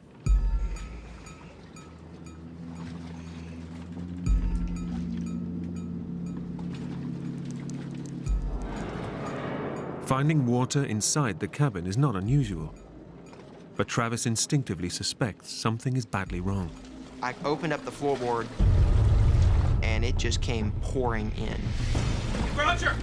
Roger! We got water! We're taking on water! Hey, Steve! Steve! What's going on? We're taking on water! Start the engine! It's every sailor's worst nightmare. The boat's hull has a serious leak. Due to a previous incident, the keel, the huge balancing weight at the bottom of the boat, has cracked along its mount. Joe! Get ready to douse the sails! Okay! Skipper Steve knows that they're in terrible trouble, and they must drop the sails to slow down. But before the guys can get the sails down, The keel of the vessel parted completely, came off, and the boat went instantly into the water.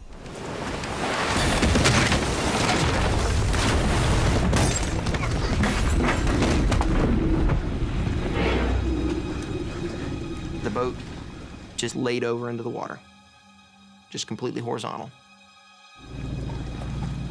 All of a sudden, the lights go out. The engine shuts off. What happened? I don't know! up on deck, Skipper Steve is clinging to the capsized boat. I was hanging underneath the boat because it wasn't still up out of the water at that point, thinking it was time to go. The boat's going down! Everybody off! Unclip yourselves!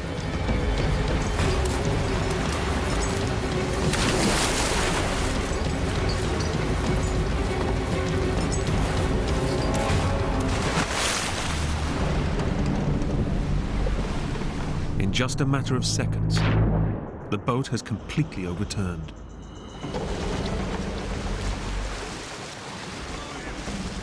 Steve and the two students on deck escape the sinking boat.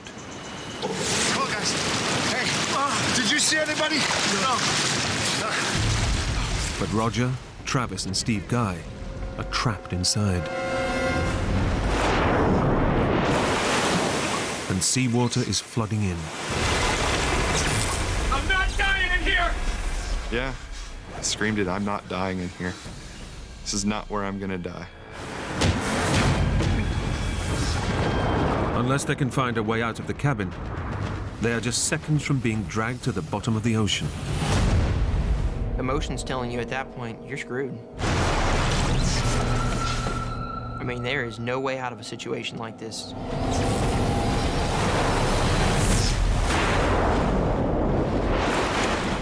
The water level is rising rapidly. Unless they can get out, they're just seconds from being dragged down with the sinking boat. How do we get out of here? Through the hatch! Their only escape route is a tiny hatch, but a powerful wall of seawater is pouring through it. Are you kidding? Come on, it's the only way! I'm sitting there thinking to myself, how am I going to swim through here? I don't even think an Olympic swimmer could actually get through this with all the water rushing through. Let me try. Let me try.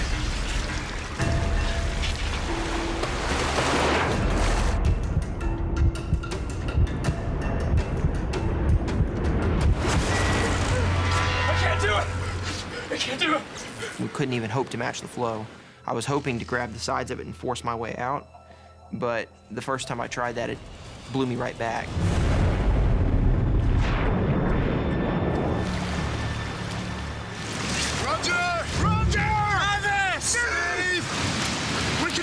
Steve Conway can do nothing but wait for the three men to emerge. I didn't really know what was going on down below, but my biggest concern was that Roger, Steve Guy, and Travis weren't able to get out of the vessel and drown.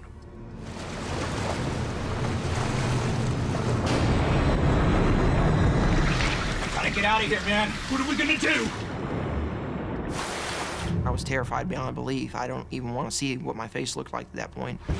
Take a deep breath. Go for it. I'll push you through. It's your only chance.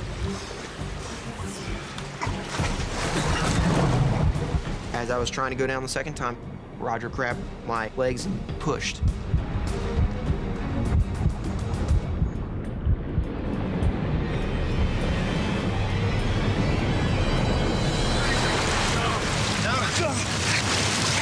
Travis! Over here! Hey, Travis! Travis! What about Travis? Hey! Okay, I got you! I got you! All right. Okay. Hey, did you see Steve? Yeah, he's behind me! You're next. Go for it. What about you? I'll follow. Come on. Do it now.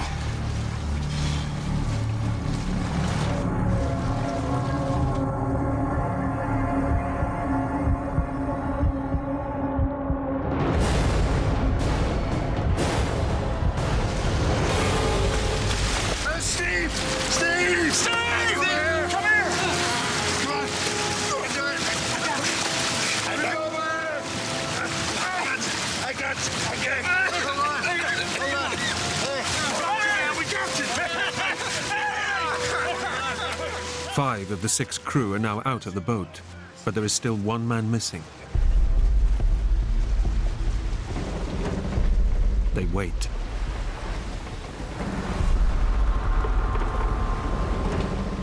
But Roger Stone fails to appear. Nobody knew what happened to Roger. Nobody had seen him come out the other side. We didn't know if Roger was in the boat or if Roger was floating off in a different direction. Should we go back and get him? What do you think, Steve? No. I would have never let anybody go back in. In the situation we're in with all the lines out and underwater, there was no real chance that somebody would be able to dive underneath, get in there. I could have gone inside the boat with absolutely no lighting whatsoever, felt my way around and never found him, even if he was in there, because there's too many nooks and crannies in that place. And I would have had to do it all on one breath of air. He's an experienced yachtsman. He'll be fine. Yeah. He'll stay with the boat. The crew now have to focus on their own survival. Steve Guy has escaped the boat with no life jacket. Travis! Travis! Go to the boat! Okay! Hit the ring! We'll go! Okay. Skipper Steve sends the crew back to the boat to get the emergency flotation ring. All right, hold on. Yeah, okay. It was very crucial. We already knew that Stephen didn't have a life jacket. If he had the horseshoe ring, he'd have something to float with.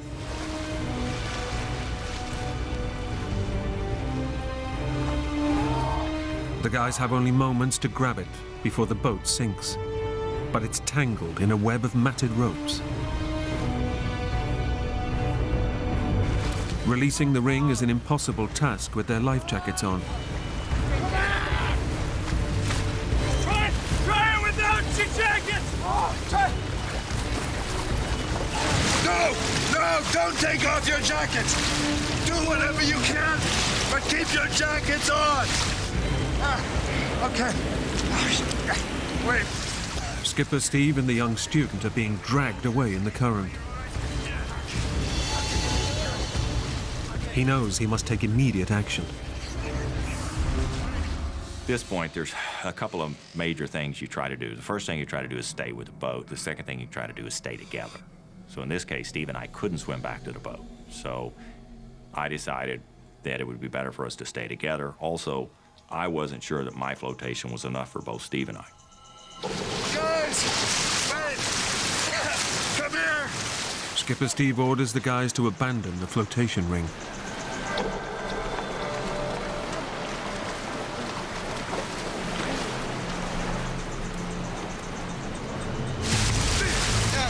Need your help. Steve doesn't have a jacket. Let's stick together. Come here. Use your belts. Steve decides their best option is to tie themselves together so that no one can drift off into the vast ocean alone. Try under this.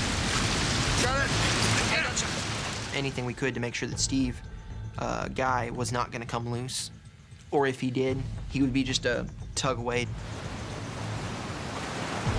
And then we locked arms and legs to try and preserve heat. I mean, it's probably the most awkward position you can imagine as far as 5 guys together, but it's what we had to do.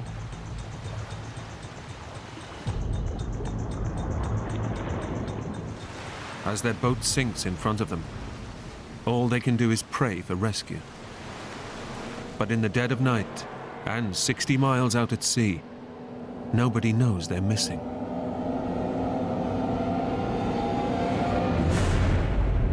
Our chances of getting out of this mess are less than 10% easy.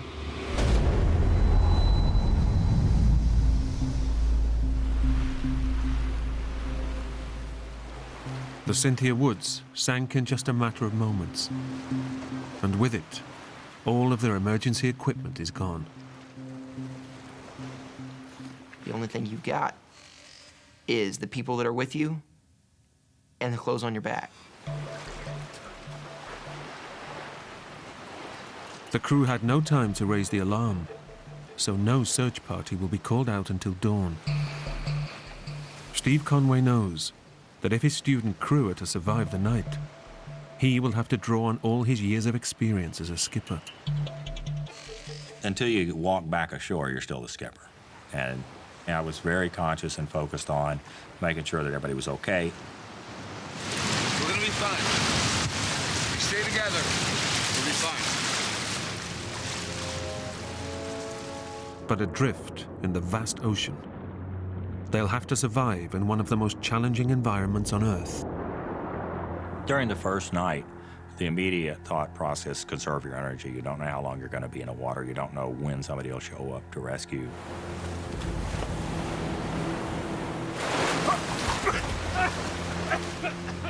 About every 3 to 5 minutes, the water would blow up our nose, no matter what we did, how we turned from the wave action. And you'd gag it up, spit it out, curse for a minute, and about 3 to 5 minutes later, it'd happen again. Try not to swallow the water. I can't help it. Seawater contains 3 times more salt than human blood. It's so concentrated that swallowing just a mere pint can cause kidney failure and death. You do not swallow salt water at all. You get that stuff in you, and it'll kill you.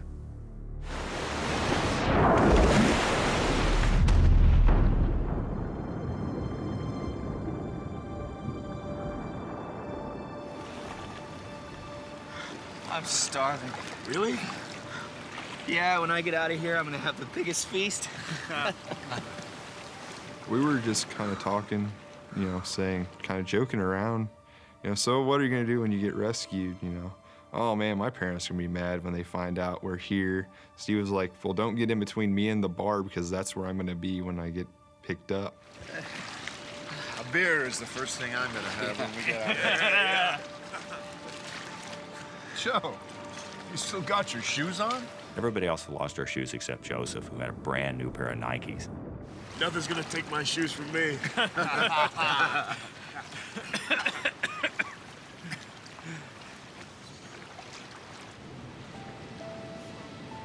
Steve and his men are completely alone in the vast ocean.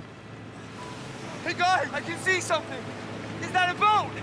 On the horizon, they spot something that gives them a glimmer of hope.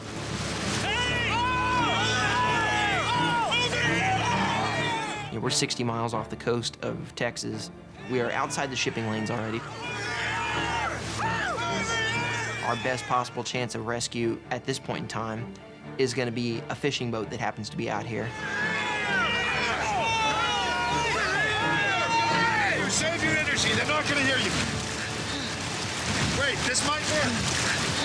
They do everything they can to catch the boat's attention.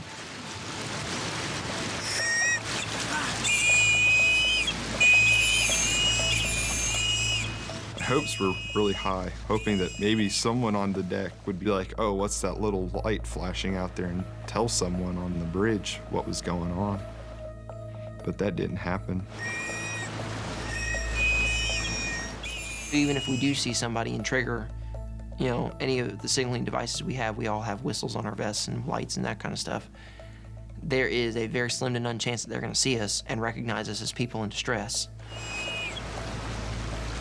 But the boat fails to see them. Shoot! I'll be honest. I will. I'll be honest.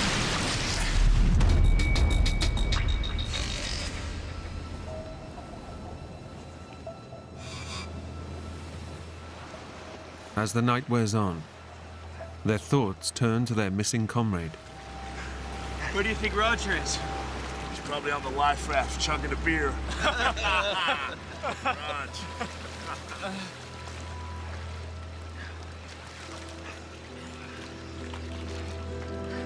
Do you think he's okay? He'll be fine. He's an experienced yachtsman. He knows what to do. I think all of us kind of kept a hope that he did get out. I mean, kind of deep down, there was that, well, maybe he didn't, but it was always the positive that always came out.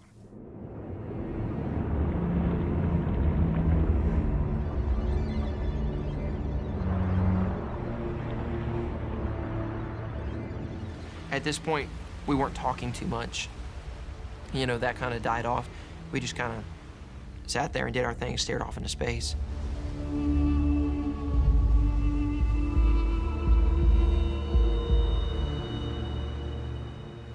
About 3:30 in the morning, I remember thinking, we're floating along, we're all lashed together, 4 to 6 foot waves, and thinking that I really ought to be on a boat about 10 miles farther south sailing.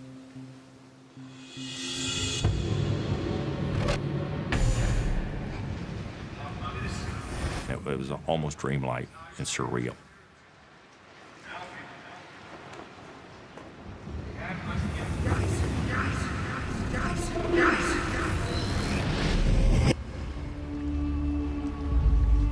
As they drift on the ocean current, Steve Guys spots something on the horizon. Did you see that? It's one of the many unmanned oil rigs dotted around the Mexican Gulf. And for young Steve, an obvious way out of the ordeal. To me, there it was, and we're getting pushed down to it. It almost seemed like we were circling around it, like someone upstairs was saying, hey, look, guys, there's a platform for you. I thought it was worth trying to swim towards the platform. You think we could swim there? It's about 7 miles away. How can you tell? Well, when you're in the ocean, the line of the horizon is about 7 or 8 miles away. And distance isn't the only problem. So I have to realize that that structure is 100 and something feet over the water. And even if you swim to it, how do you get out of the water? What do we do when we get there, huh? How do we get on it? Travis was the student skipper and sort of second after me, so he was my rock that I stuck with as far as any kind of discussion about what should we do. Should we try to swim? Should we do this or that? We'd be swimming against the wind. We use up all our energy, and for what? It was kind of disheartening when the decision was made to just kind of drift past it. Skipper Steve makes the decision to conserve their energy.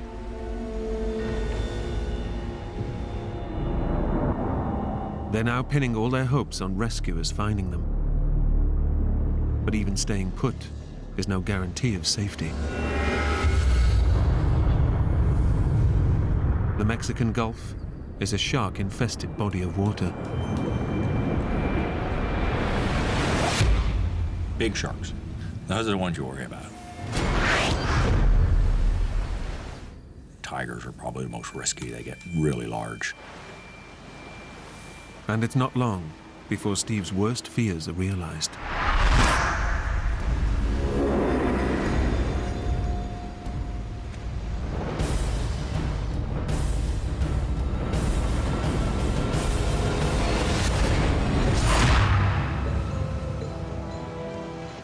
And I saw a triangular fin go by. None of the other guys saw it. Desperate to ensure the young crew stay calm, Steve keeps the sighting to himself. I'm certainly not going to say something that's going to unnecessarily concern them. If there's something they need to know, I was sharing it with them. But they didn't need to know it, and they didn't need to know it.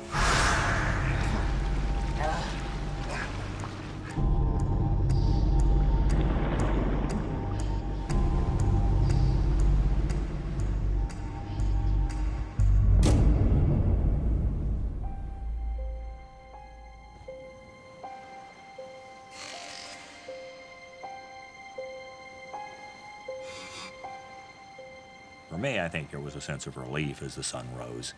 I remember thinking, okay, it's light. And just psychologically, I think the light was reassuring. We could see more of what was around us. Less risk of something surprising us, certainly. And with the morning light comes the hope that a search will soon be launched. What's gonna happen is this. I started walking the students through what would happen. We had a normal 8 o'clock call-in on our satellite radio. Every morning at 8 o'clock, I called in and said, here's where we're at, we're okay. And just did a daily check-in. About 8 o'clock, they'll start listening for us. I figure about 8:15, they'll call the Coast Guard. So, when do you think they'll send out a search? Well, I figure about 10 o'clock, we'll see the first planes. What if they don't find us? Will they stop searching? Oh, not for a long time yet, buddy. I figure about 8 to 10 days. This kind of a search, you just keep it up long past there's any chance of people surviving, actually.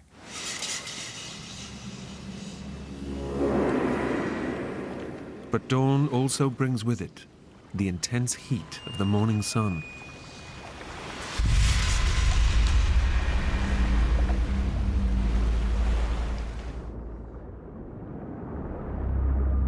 The sun was out, none of us had caps on.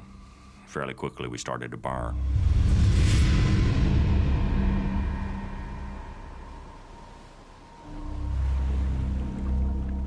My God, it was hot as heck.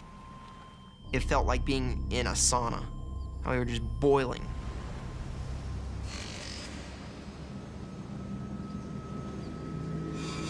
By midday, it's been 13 hours since the boat sank, but there's still no sign of rescue. We should be seeing something. We should be seeing, you know, planes or hearing planes fly over, even at a distance. It was getting to the point where we were all very tired. Steve Conway knows he must keep his crew focused. On the horizon is the oil rig, the same one they saw the previous night. Let's swim for the rig. Hope he'd agreed that that was a dumb idea. Well, I changed my mind. With the wind behind us, I think we can make it. Only hours earlier, they'd rejected swimming to the rig because it was just too far away. Come on.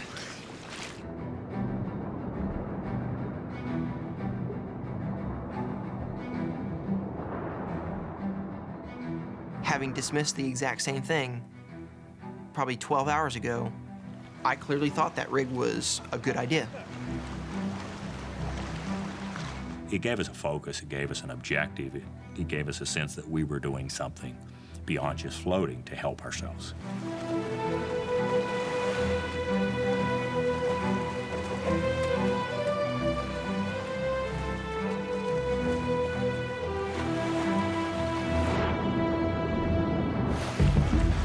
The life jackets were very much starting to chafe on us and starting to really rub parts of our skin raw. So I, at one point, stripped out of mine and gave it to Steven. I gotta get Steve my jacket. Oh, thank you, Travis. The men swim for over 2 hours. But they're making almost no progress towards the rig. And the effort is draining. It was the dumbest thing I can think of possibly doing in retrospect, because I was thinking that rig was probably about 5-10 miles away, but my perspective significantly skewed at that point. The energy expenditure of trying to swim against the waves and against the wind, you're not going to get very far for the amount of energy that you're going to put out.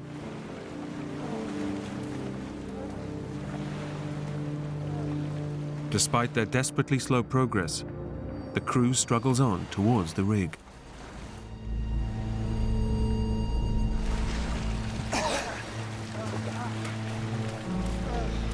But exhaustion is not their only enemy. Stay calm. Swim this way. You don't want to be on the wrong side of that. Come on. We saw a Portuguese man-o-war, which is a jellyfish. Behind them will run anywhere from 20, 30, 50, 60 feet of tentacles stretched out with stingers on them. The long, deadly tentacles are filled with venom. As long as you stay away from them, you're fine. But you get stung by one of them and you're dead. We saw him drifting toward us.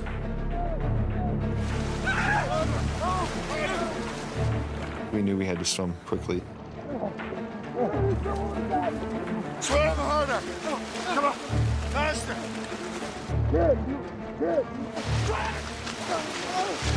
Come on. Come on.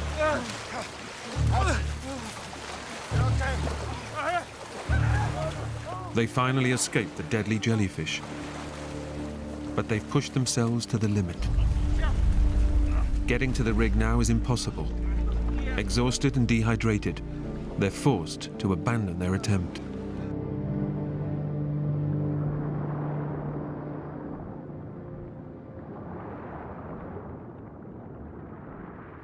They've now been in the water for over 14 hours, and the ordeal is starting to take a terrible physical toll. By about 2 o'clock, it had been roughly 24 hours since I had last had any kind of food or drink, and I figured everybody else was in the same position. Fairly dehydrated from being out there in the water and sweating it all out all day.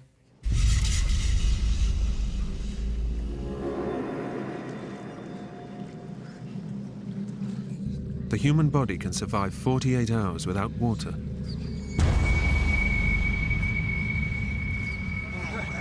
But with the sun beating down and their skin exposed to salt water, the crew are succumbing rapidly to extreme dehydration. One of the big hazards of being in saltwater is dehydration, which sounds totally backwards. You know, you're floating in the water and you're becoming dehydrated. Our fingers were just puckered up and just totally, you know, dried up.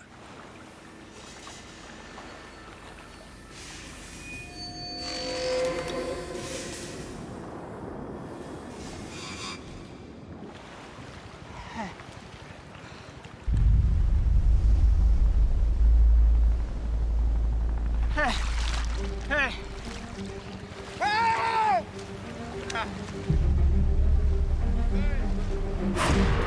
Finally, by mid-afternoon, The authorities have detected a signal from the sunken boat's transponder, and a full rescue attempt is underway.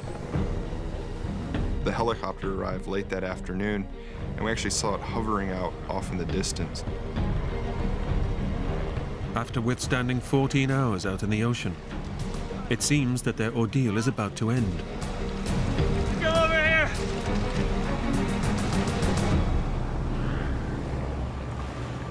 But the 5 men have been dragged by ocean currents, and they are now miles from the sunken boat.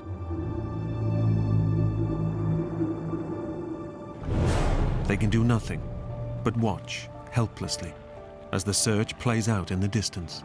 We could see them the whole time. They just couldn't see us. It builds you up and then it crushes you. Oh God, there it is. You know, this could be the one, and then it's not. They're never gonna find us. I just kind of snapped at that point. Shut up, Travis. Just shut up, okay? They're gonna find us. We're gonna get out of here. And it just sent me over the edge. It's like, how can you even think like that right now? You've got 4 other people here that all they need to hear are positive thoughts, not your negative thoughts, you know? He's right. It's pointless. The men now believe their hope of rescue is gone, and with the second night fast approaching, they fear death will take them one by one. It was so late at that point that we all kind of were probably thinking the same thing. It's, you know, they haven't seen us yet. We're not doing well at all. Somebody's gonna be going pretty soon.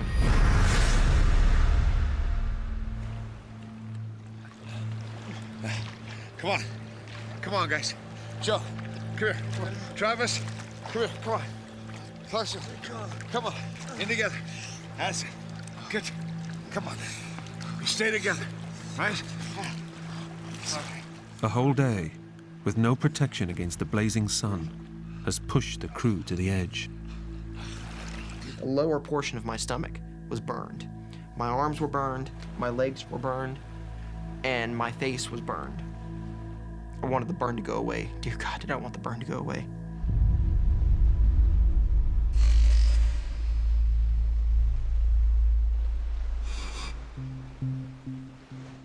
As the sun drops, the temperature plummets, and the fight to stay cool turns into a battle to keep warm. It was getting to the point where we were all very tired. I think I probably blacked out for a few seconds every now and then.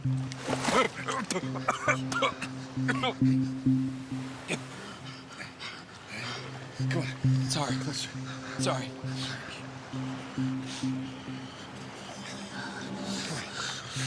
Come on. Keep warm, guys. Keep. Okay. We'll be all right.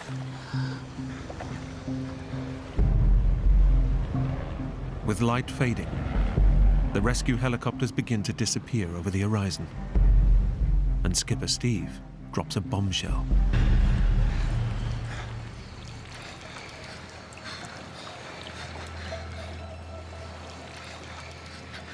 Guys, we may not see another helicopter until tomorrow morning. Are you kidding? There's no way we can last another night.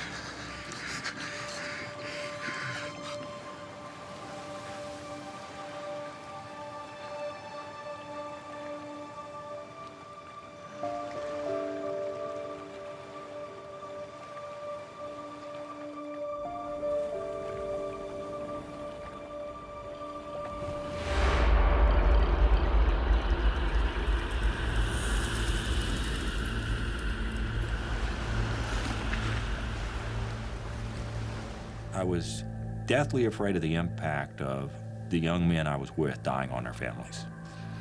To be in any way responsible for somebody, a parent, losing a child, I couldn't imagine. Let me tell you about a case study that I read. A fishing boat overturned. And a very fit 22-year-old football player died. But a 68-year-old grandmother survived. How come? Afterwards, they interviewed the grandmother and they asked, how was it your grandson, who was so much fitter, died? And she goes, I wasn't gonna give up. I wasn't going to die. You've got to have a fierce will to live. You've just got to never give up. The will to survive is the most critical thing for us to make it through. We must never give up, okay? Never giving up was the critical thing for our survival.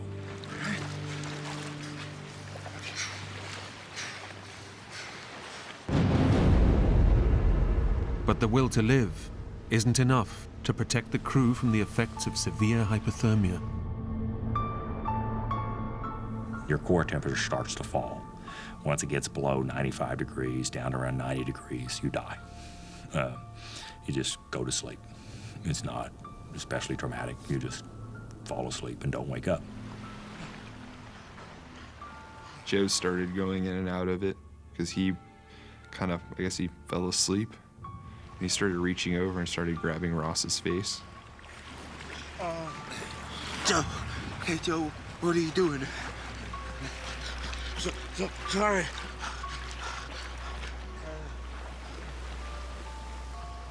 Ross, the smallest of the group, is beginning to drift in and out of consciousness. Ross was in the worst situation because the rest of us are fairly big guys. Ross had zero body fat, so he had no insulation like the rest of us, and it was noticeably affecting him more. He wasn't talking at this point. Skipper Steve has done all he can to keep his crew alive. But after nearly 20 hours in the sea, he too is now fading fast. We'd all been out in the water the same amount of time. The bigger guys would have probably lasted an hour, maybe two more. But if Steve was going, we didn't have much more time either.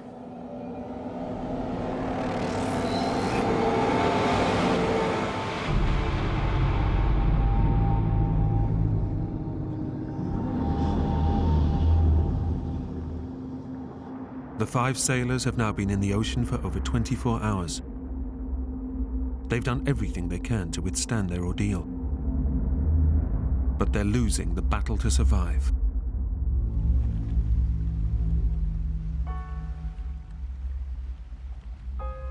You know, in the dark, it's kind of depressing. Just this vast expanse of ocean. I felt really small, you know. Here you are, you feel like a grain of sand in the world. They've suffered acute exposure to the sun, extreme dehydration and hypothermia, and are now just hours from death. Nobody was saying, oh my God, they're not gonna find us, oh my God, you know, we're gonna die out here. Nobody had vocalized it. But we all kind of were probably thinking the same thing. Steve Conway has done all he can to keep his young crew alive. But now he knows that with no sign of rescue, his quest to survive has failed. I was scared of what the impact would be on my wife. We'd been married at that point 30 years, and we're best friends and still very, very close. We've seen other people lose spouses, and it's hard. In no heroic way at all, but just matter-of-factly, as I was floating in the water, I realized I wasn't afraid of dying. Drifting in and out of consciousness, the 5 men can now do nothing more but await death's final call.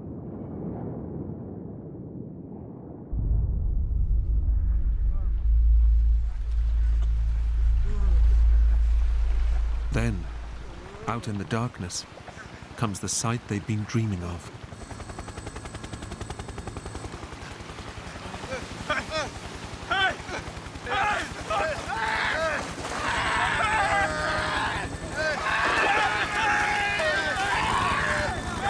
Then all of a sudden, every light on that helicopter came on.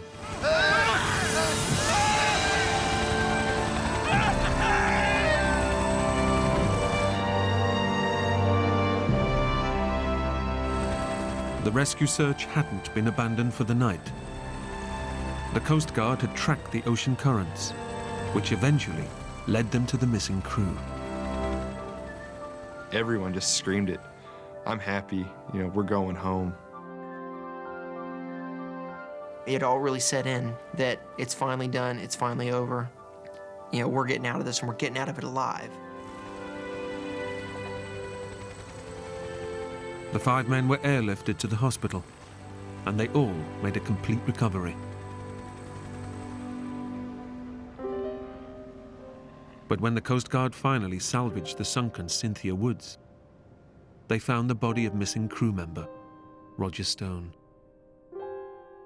Nothing we say or nothing we can do can honor Roger more than his actions of the 6th of June 2008 when he stopped, got those 2 students oriented out through the flowing water, out of the boat, ultimately at the risk and sacrifice of his own life.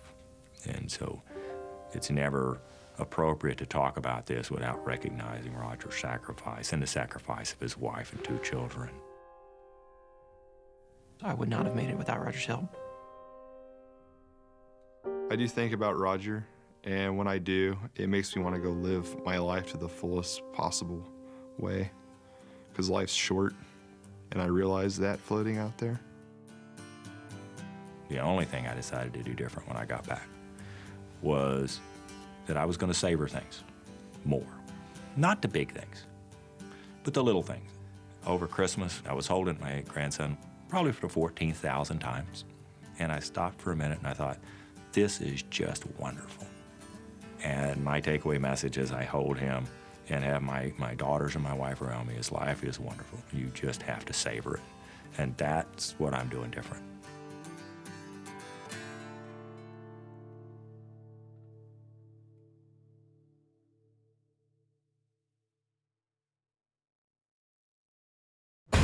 David and Leah aren't just father and daughter, they're the best of friends. But when a snowmobile trip goes horribly wrong,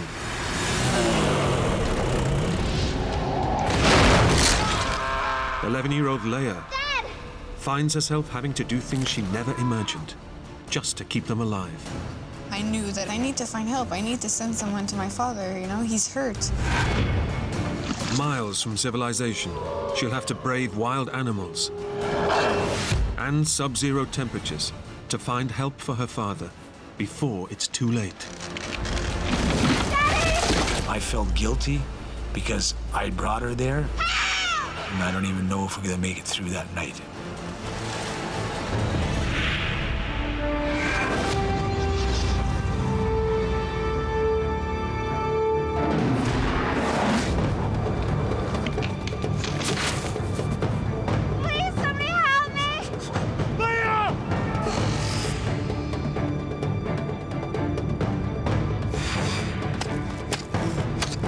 Can you feel your feet? No.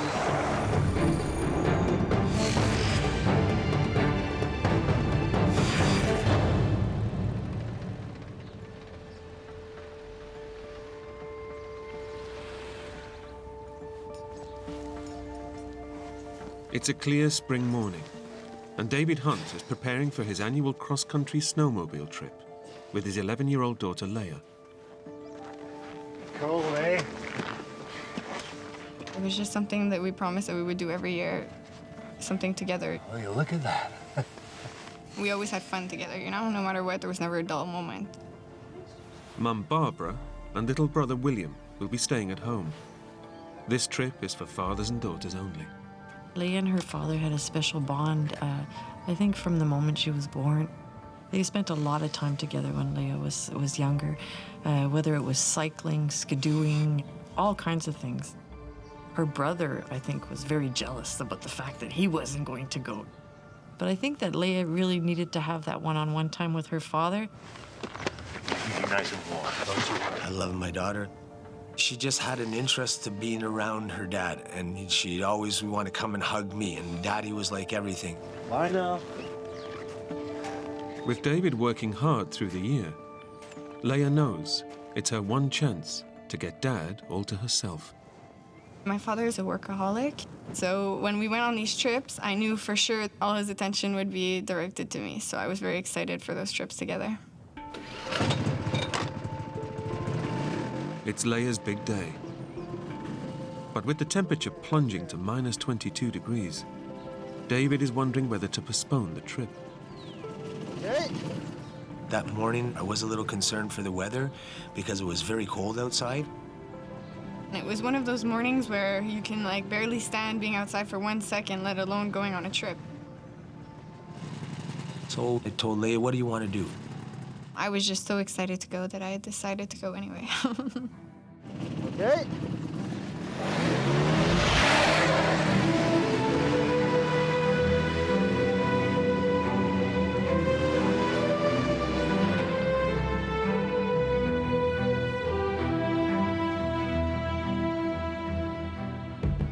I really like snowmobiling, just the fact of having nothing on your mind. You're totally away from everybody, you're away from work. You can just enjoy the scenery and everything around you. It's so cold outside, but yet you don't feel cold at all because you're having such a blast.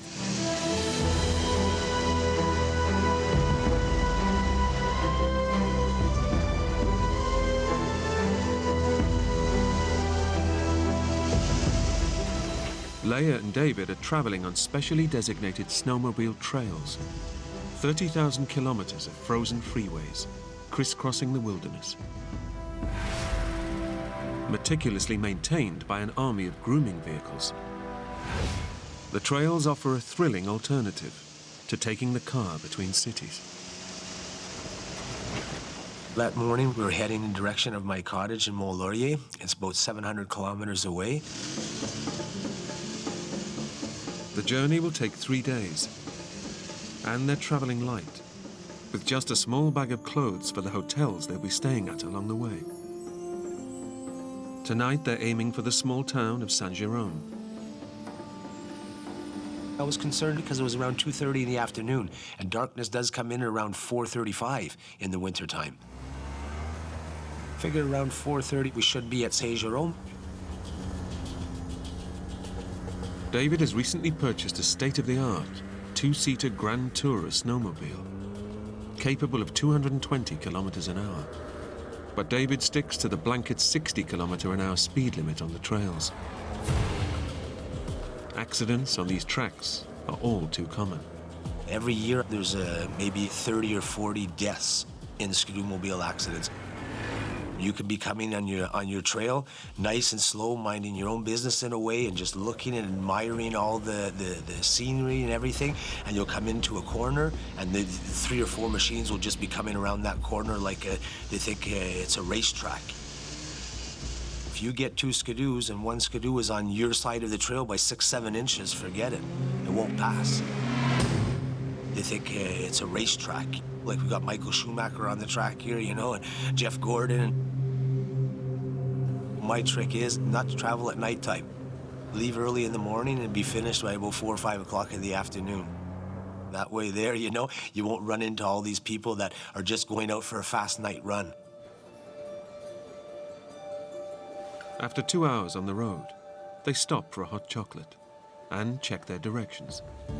You know, I think it's only about another half hour before we get to the hotel. And I looked at the Skidoo map, finding the closest direction to get to Saint-Jérôme. Because what is fun about snowmobiling is if you do want to go in a direction, let's say to my cottage, there's 5 or 6 different trails that you can take to get there. And one of the fun things is that each year you take a new way, so you get to see new things. So I was looking at the map and I told Leia that, look, well, it looks like this trail here is a nice windy trail and everything and all that, and that'll take us to Saint-Jérôme. Sitting in the heated restaurant has warmed them up, But once outside, they're back in the grip of the ice-cold conditions.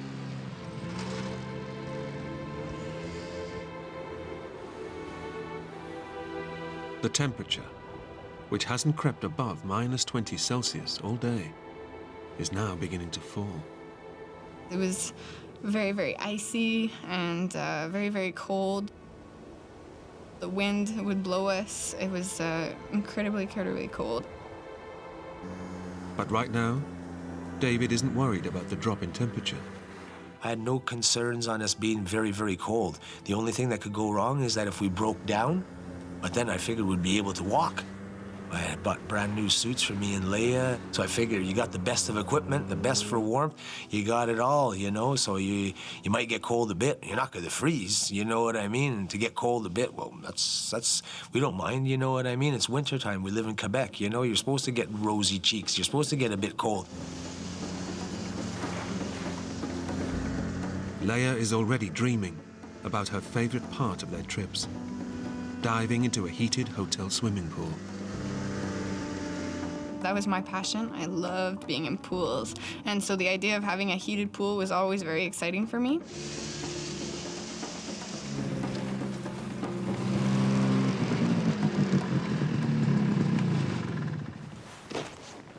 Leia and David arrive at Saint-Jérôme before nightfall.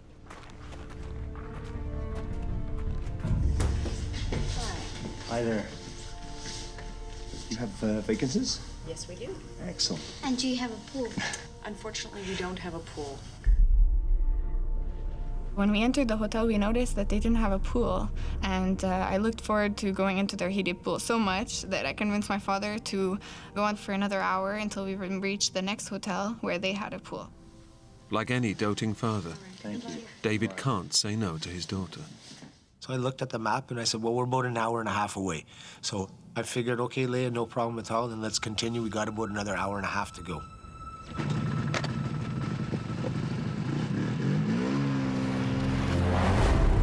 David knows that snowmobiling at night brings a new set of dangers. You're not in cities, so you have all these animals to deal with too. If something was to go wrong, you'd rather much be in the daytime than at the nighttime. In spite of the dangers, David and Leia make good progress. It was a new trail. We'd never been this way in the snowmobile before, and the trails were very good.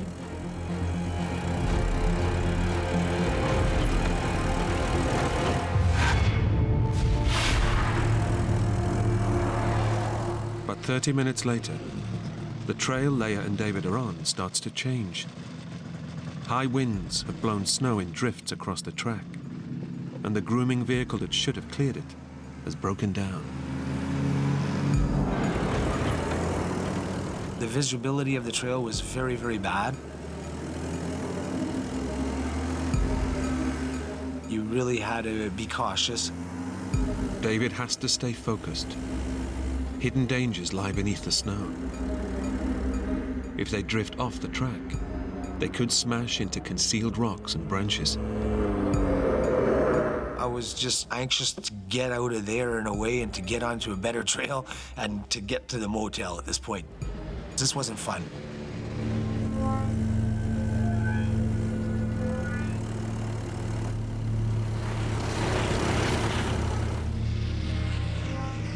With the light fading and the trail fast vanishing, David considers his options.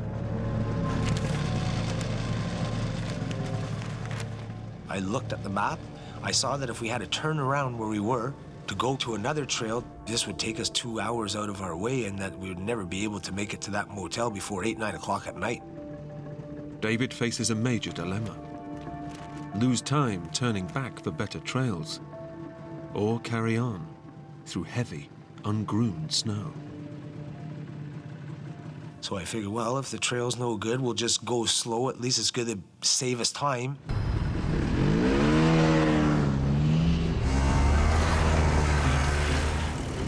David presses on, hoping the trail will improve.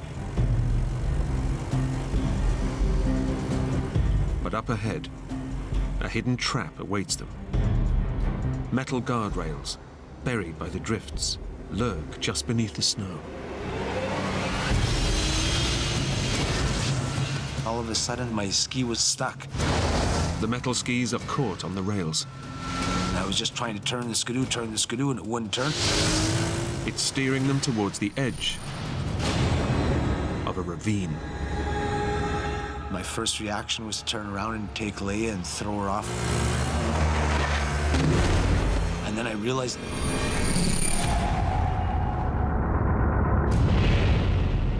Oh my God. That's when I realized that this is gonna really hurt.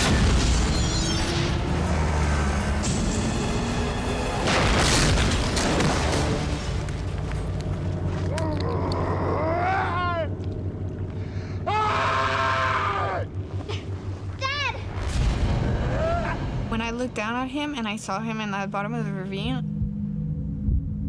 I guess in that moment I just kind of froze over.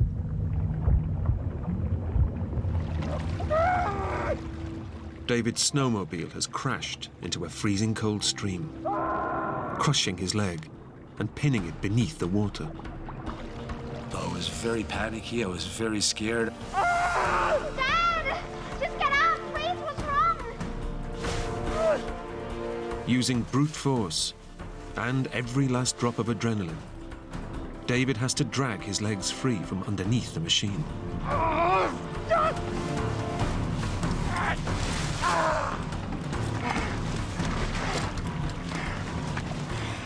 But when he tries to stand...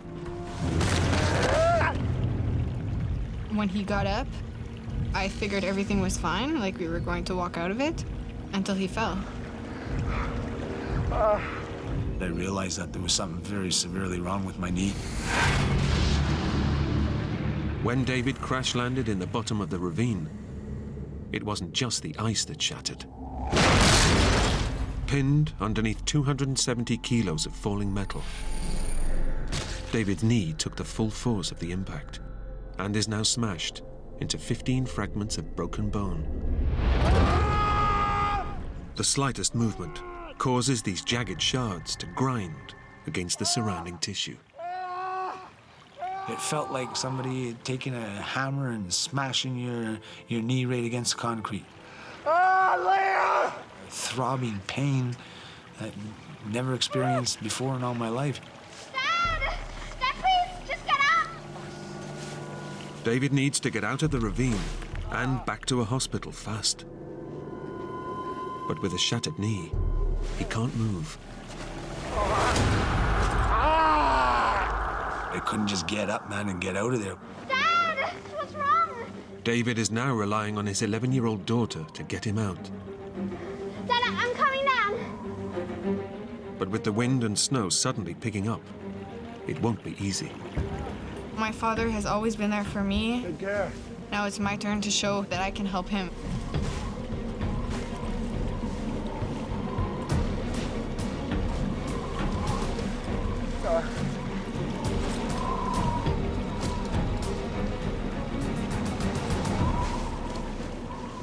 Leia's made it, but there's no time to rest. Their best chance of rescue is being spotted by another snowmobile.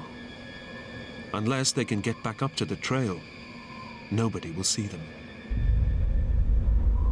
We were so far down that if a snowmobile drove by, they wouldn't see us, so we had to get up there. Okay, slow. No, slow. I tried to pull him, but he's a man. I'm an 11-year-old child, so it was kind of impossible to do. Okay, again, one more time. I'm like paralyzed now in a way, you know what I mean? The minute you make any movement, it's a throbbing pain. Realizing her arms aren't strong enough to pull her father up, Leia braces her body and uses her legs instead. So I'd grab her leg and I would pull myself up about a foot at a time. Then Leia would back up, brace her hands very well in the snow on each side again, and I'd grab onto that leg that she would put down, and I would pull myself up another foot.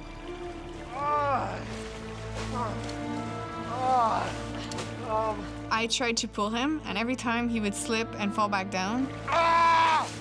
Every jolt sent shockwaves of pain through David's smashed knee. I wanted to quit a lot of times, you know. I figured I ain't gonna make it to the top. You know, I can't get up there. Come on, Dad. Okay. But Leia didn't want to give up. I was so determined at that moment. It was like another me that kicked in.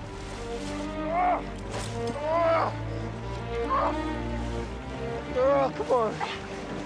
Doing great, Leia. Oh.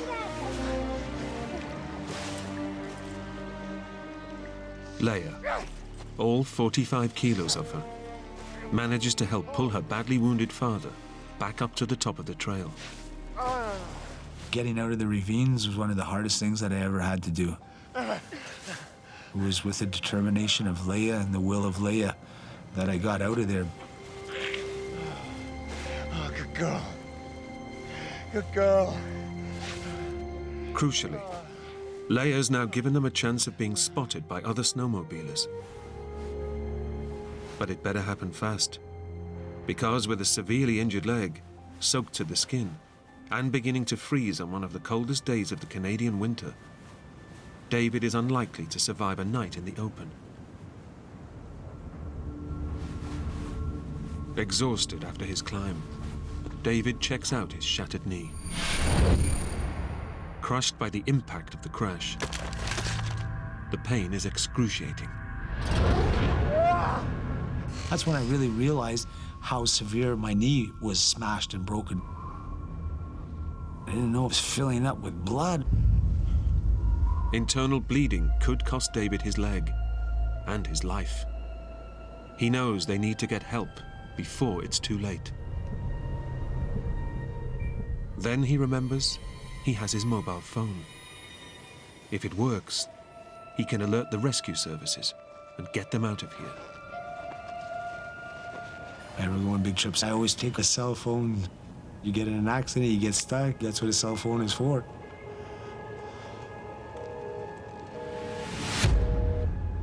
There's no reception, no signal. Up there, the only phone that would have worked is a satellite phone.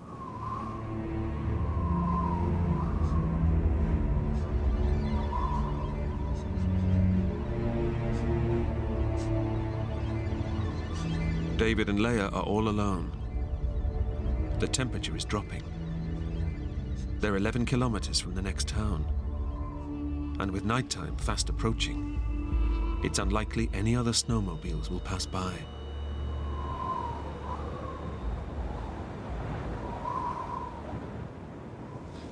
Well done. Still wet from his fall in the river, David is freezing. But right now, he's more concerned about his daughter. Where's your glove?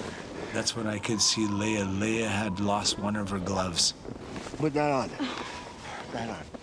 I had one left, the other one I threw off when I was in the water, and I gave that glove to Leia and I told her to put that on her hand. In these conditions, any exposed skin is vulnerable. And by giving Leia his glove, David is risking losing his hand to frostbite. Despite the condition of the trail and the worsening weather, David tries to convince himself that someone will come and save them. Now it's almost dark time. I'm sure there's people around here that travel back and forth to go to work on their skidoo, or after supper they'll go for a ride. So within an hour or two, a skidooer will go by and they'll pick us up. But David's optimism is at odds with all the evidence.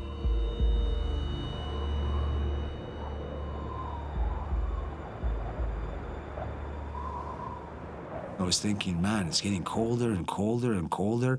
Now the sun's gone away, the night's coming in, the wind is just howling and howling. And the cold isn't the only threat the darkness brings. These woods are home to wolves. Beasts more than capable of killing an injured adult and a small girl. The wolves were making noise, they were howling, the wind is howling.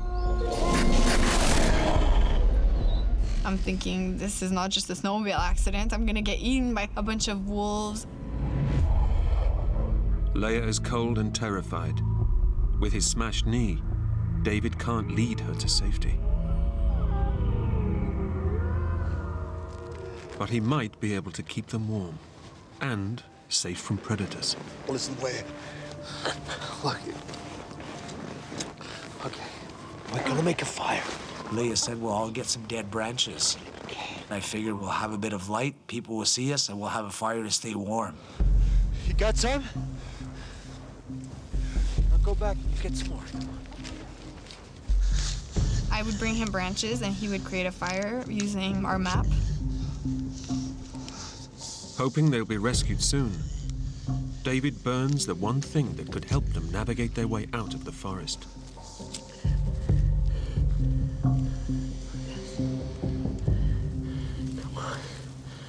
Come on, Leia, they're gonna need some more branches soon. For the first time since they crashed, David and Leia feel some warmth. The fire should also keep any wolves at bay. Starting to look better now, at least, you know, things are looking up. But keeping the fire going proves a challenge. The branches that she could break were like an inch and smaller. I got some more. So by the time she'd go and get more and come back, it was burnt. I would be running back and forth. Every time I would come back to enjoy the fire, it would be out again. Listen, still good, honey. David soon realizes that making the fire is a futile exercise. This isn't gonna work. I told her, no, forget about that. You're gonna have to stay in. Keep close. The wind is blowing so fast, too. It's hard to make a fire. Dad. As the last flames die away, the icy wind and sub-zero temperatures sting David and Leia. The cold is now as much a threat to their lives as any predator. And unless they can stay warm, the forest will become their grave.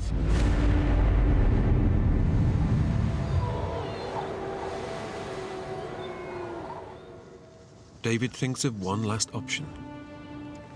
What I want you to do is to go back down to the snowmobile. Real slowly.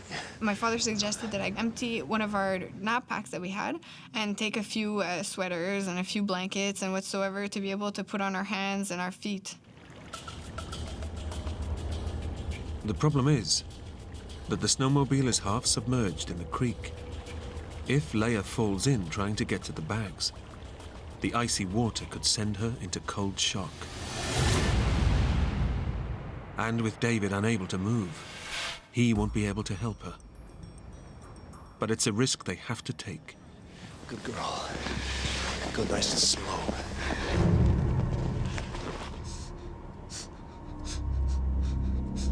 It was very frightening because it was very dark. I went down the slope that I had made to the snowmobile.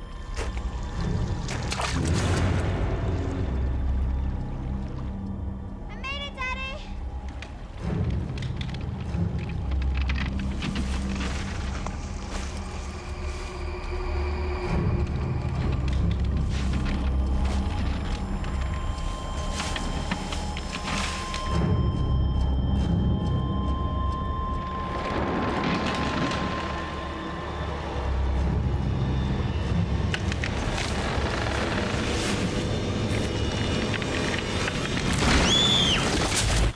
Yeah. My foot went through the ice and went about to my knee. I was not worried. My father seemed worried, and I was kind of wondering why. Unable to reach the bag, Leia decides to head straight back to her father, leaving behind the clothes that could have kept them warm. Good girl. As they huddle for warmth, Leia doesn't tell her father that her boots are filled with ice water from the stream. My feet were freezing at that point. Really, really, really cold. Unless warmed up, her feet are at major risk of frostbite. But it's her dad she's most concerned about. His face looked so pale and he was dripping sweat. It worried me to see my father looking like that. It worried me a lot. Despite the freezing cold, David is boiling up. The pain of his smashed knee is raising his blood pressure and causing his body to sweat. If that moisture freezes inside his suit, he'll become a prime candidate for hypothermia. As his temperature drops, so will his heart rate, and eventually, he'll fall into unconsciousness. He needs to be taken to a hospital immediately, but stuck in the middle of nowhere, it's not looking likely. Nobody was coming. You know, it didn't look good at all. I don't want my daughter beside me if I'm gonna freeze and die.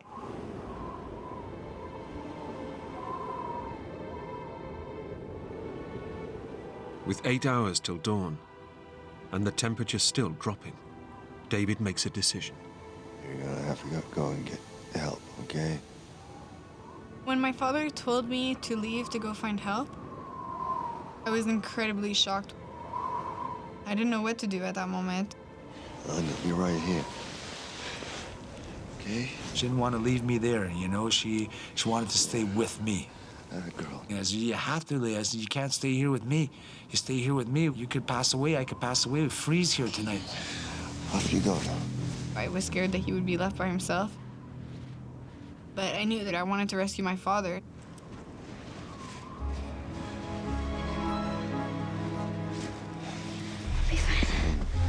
Leia sets out alone, determined to find help and save her father. So she got up and she started walking.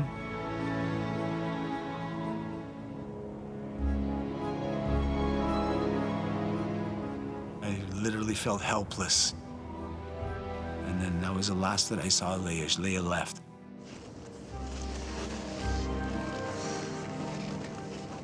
As soon as I left him, the fear kicked in. I realized that I was all by myself now.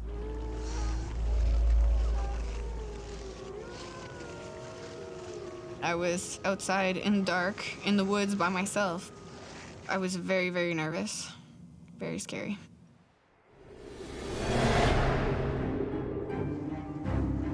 Limping, after her earlier fall through the ice, Leia heads deeper into the forest. My father told me to not get off of the path. After burning their map to light a fire, she has no way of knowing if she's going in the right direction. I noticed a sign that said, "Beware of animals." I was very, very scared when I saw that sign. As soon as you go into an area where it's all bushed, you can't see anything. All I could hear was these wolves howling, branches breaking, and, you know, things moving. All these things really, really were frightening me.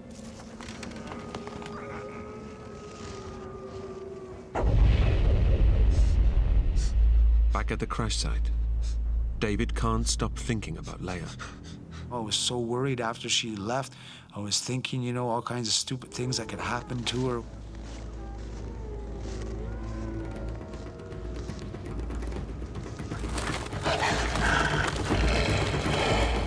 He's right to be afraid. I could hear a bunch of wolves. At that moment, I was petrified. Desperate to get out of the dark woods, Leia looks around for an escape route. I saw a path that led to a lake. And on the lake, it was very open, and I could see some lights. So right away, I got hope because I figured there has to be somebody there. But to reach the light, Leia will have to walk straight over the lake. I knew my father would be upset if I went onto the lake because it's very dangerous. Tons of things could happen. Leia has already fallen through ice once, and the thought of having to cross a frozen lake at night terrifies her.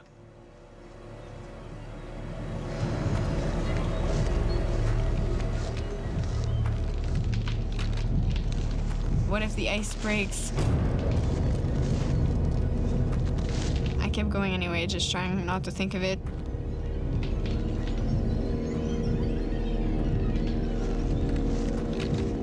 Leia heads towards the light. Every step she takes runs the risk of plunging her through the ice and into the frozen water below. All I kept telling myself is, I'm almost there. There's light.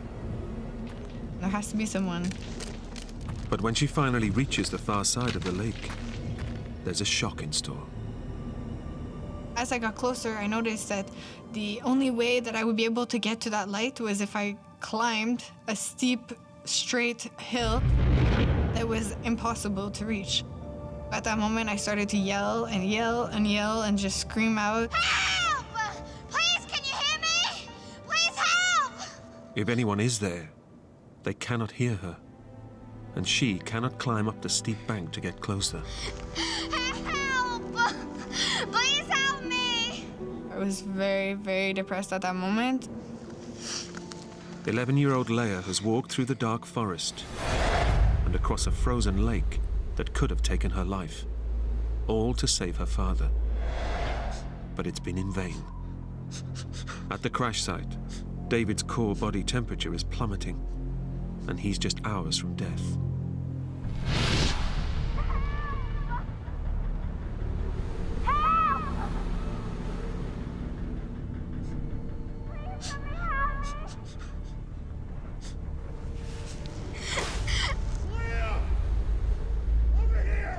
Finally, I heard a voice, so I started to yell back.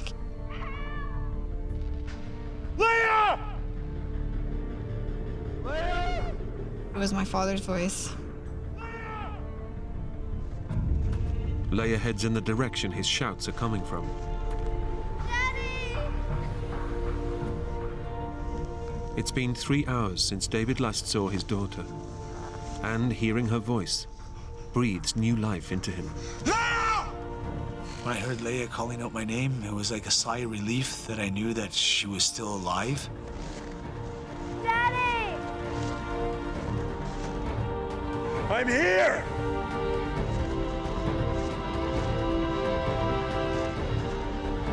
Over here!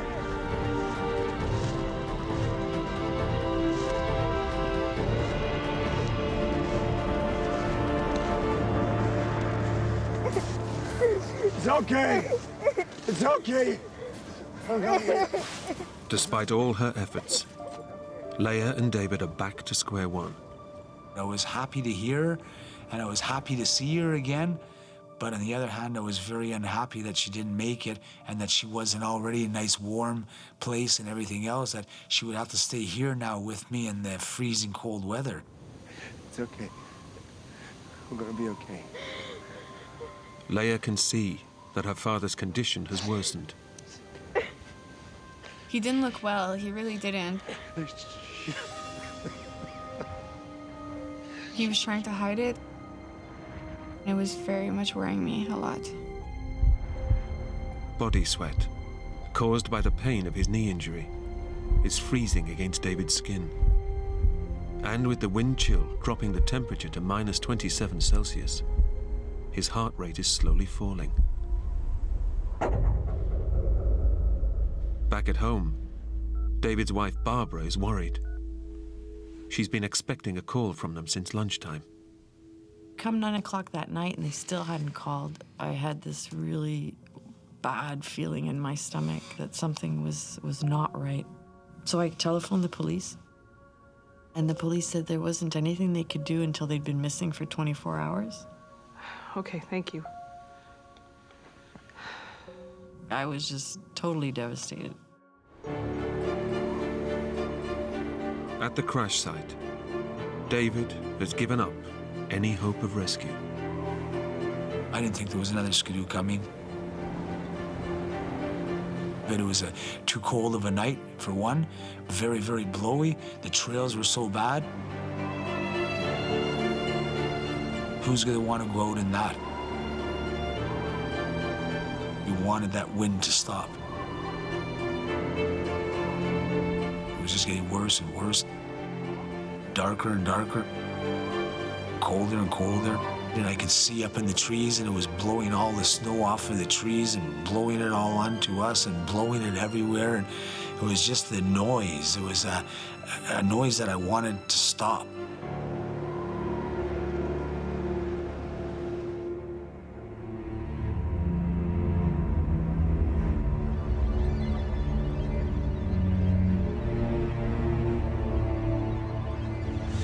Although badly injured himself, David is more worried about his daughter.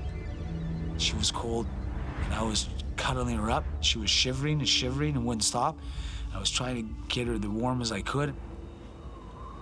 But one part of Leia's body, which was freezing cold, is now beginning to feel warm. Her feet. My feet weren't cold whatsoever at that moment. They were kind of actually numbed. It's gonna be okay. Her feet are also swelling. Combined with the lack of sensation, it's a sure indicator that Leia is developing acute frostbite. The cold has frozen the fluid in her skin cells, creating ice crystals. These cells have ruptured, causing her feet to swell. Now, the blood supply is not reaching the damaged skin, and the nerves in her toes are slowly dying. Every 15, 20 minutes, I'd just be patting on her side, and I'd see that she'd move. I didn't want to wake her up, but I wanted to make sure she was always alive. David has tried to stay strong for Leia. But now, one thought goes round and round in his head. Has he just led his young daughter to her death? I felt guilty because I brought her there. It was a living nightmare for her. There's no way that Leia deserved this. So if there was anything that I could do for this to turn around and be different, I would do that in a flash. But I can't.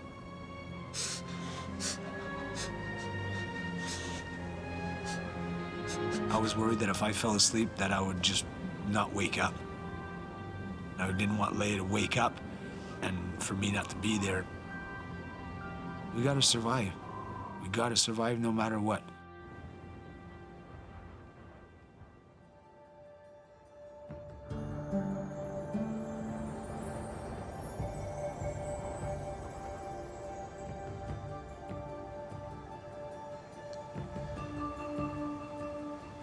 I was very, very relieved that the sun was coming up.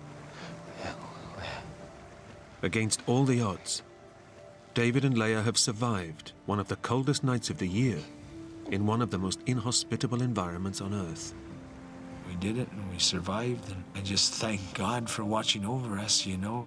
But when Leia goes to get up, there's a shock for both of them. My feet. Holy jeez. She had ice all around her boots. Can you feel your feet? No. Balls of ice have formed around her feet, which now prevent her going anywhere. Move your feet. You can't feel them? No. Okay. David grabs a metal signpost out of the snow to chop away the ice. I was holding the wood part of it, and I was chopping with the aluminum part of the sign. As David breaks up the ice, curiously, Leia feels nothing. My feet were so numb, I didn't feel anything whatsoever. All I could feel was him hacking at it. The fact that Leia cannot feel her feet is a very bad sign. The nerve endings in her toes have died. She doesn't know it, but she's in the advanced stages of frostbite. Despite the damage, she can stand. Now David wants her to leave him and save herself before they freeze to death. Gotta go back to the trail from last night, okay? It's the only way. It's gonna be okay. Either she leaves now on foot to go to get help, or we die here. I love you, Daddy. I said to Leia, when you're walking, just believe in your heart, Dad is with you. So you walk and you leave and you get to the town. I'll be good.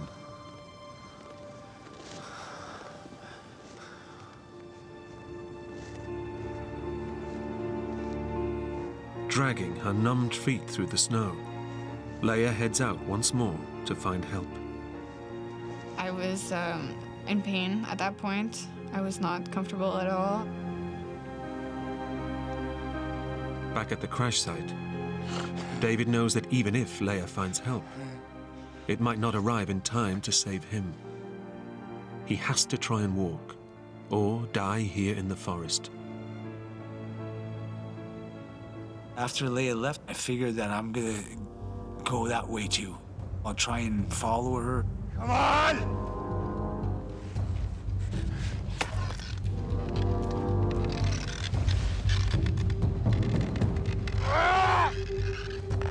Although his knee is shattered, David summons the courage to stand up. I grabbed that post and I made it up. I just fell down and was unconscious.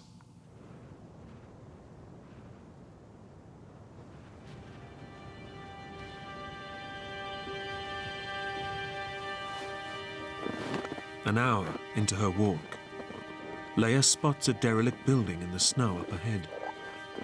As I went up the hill, I noticed a little lodge. So I walked up to it and I noticed that it was a little cabin or something, maybe for fishing or hunting. I was so disappointed because I wish I would have seen it the night before and I would have been able to drag my father towards it or something so that we could have gone in it, you know?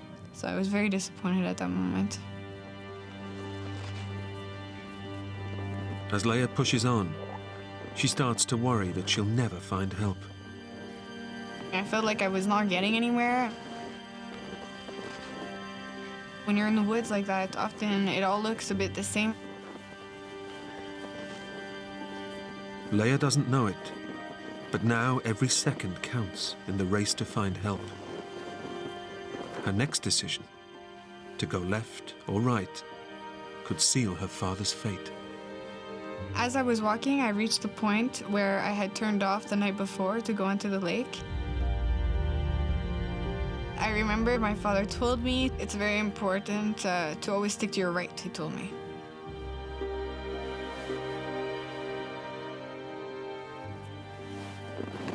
No matter which way the trail gives you an option, always go right. Leia goes right, hoping that the path will take her towards the town and the chance to save her father.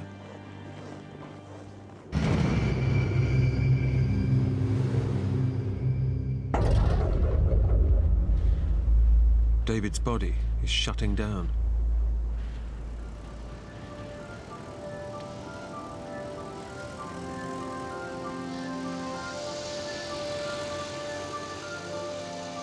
Hours later, a family on a snowmobile trip spot David's body in the snow. David has clung to life. My daughter! Now his only thoughts are for Leia. My daughter!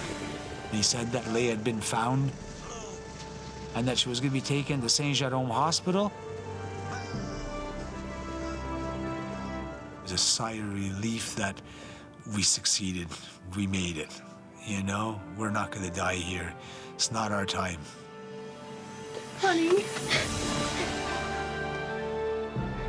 Incredibly, Leia and David are rescued just a few hours apart.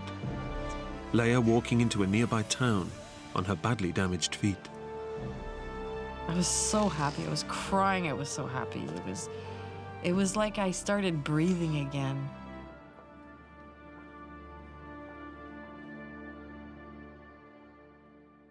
Leia and David survived their ordeal, but sustained lifelong injuries. David underwent reconstructive surgery on his shattered knee. But Leia's injuries were more severe. Partial amputations of both her feet were necessary after suffering acute frostbite. I really do feel lucky to be alive. The doctors thought that I would have been amputated close to my knees, and I managed to be able to keep both of my heels, so I'm incredibly lucky for that. And I thank God every day for it. For her incredible actions in saving her father's life, Leah was given the Star of Courage, one of Canada's highest awards for bravery.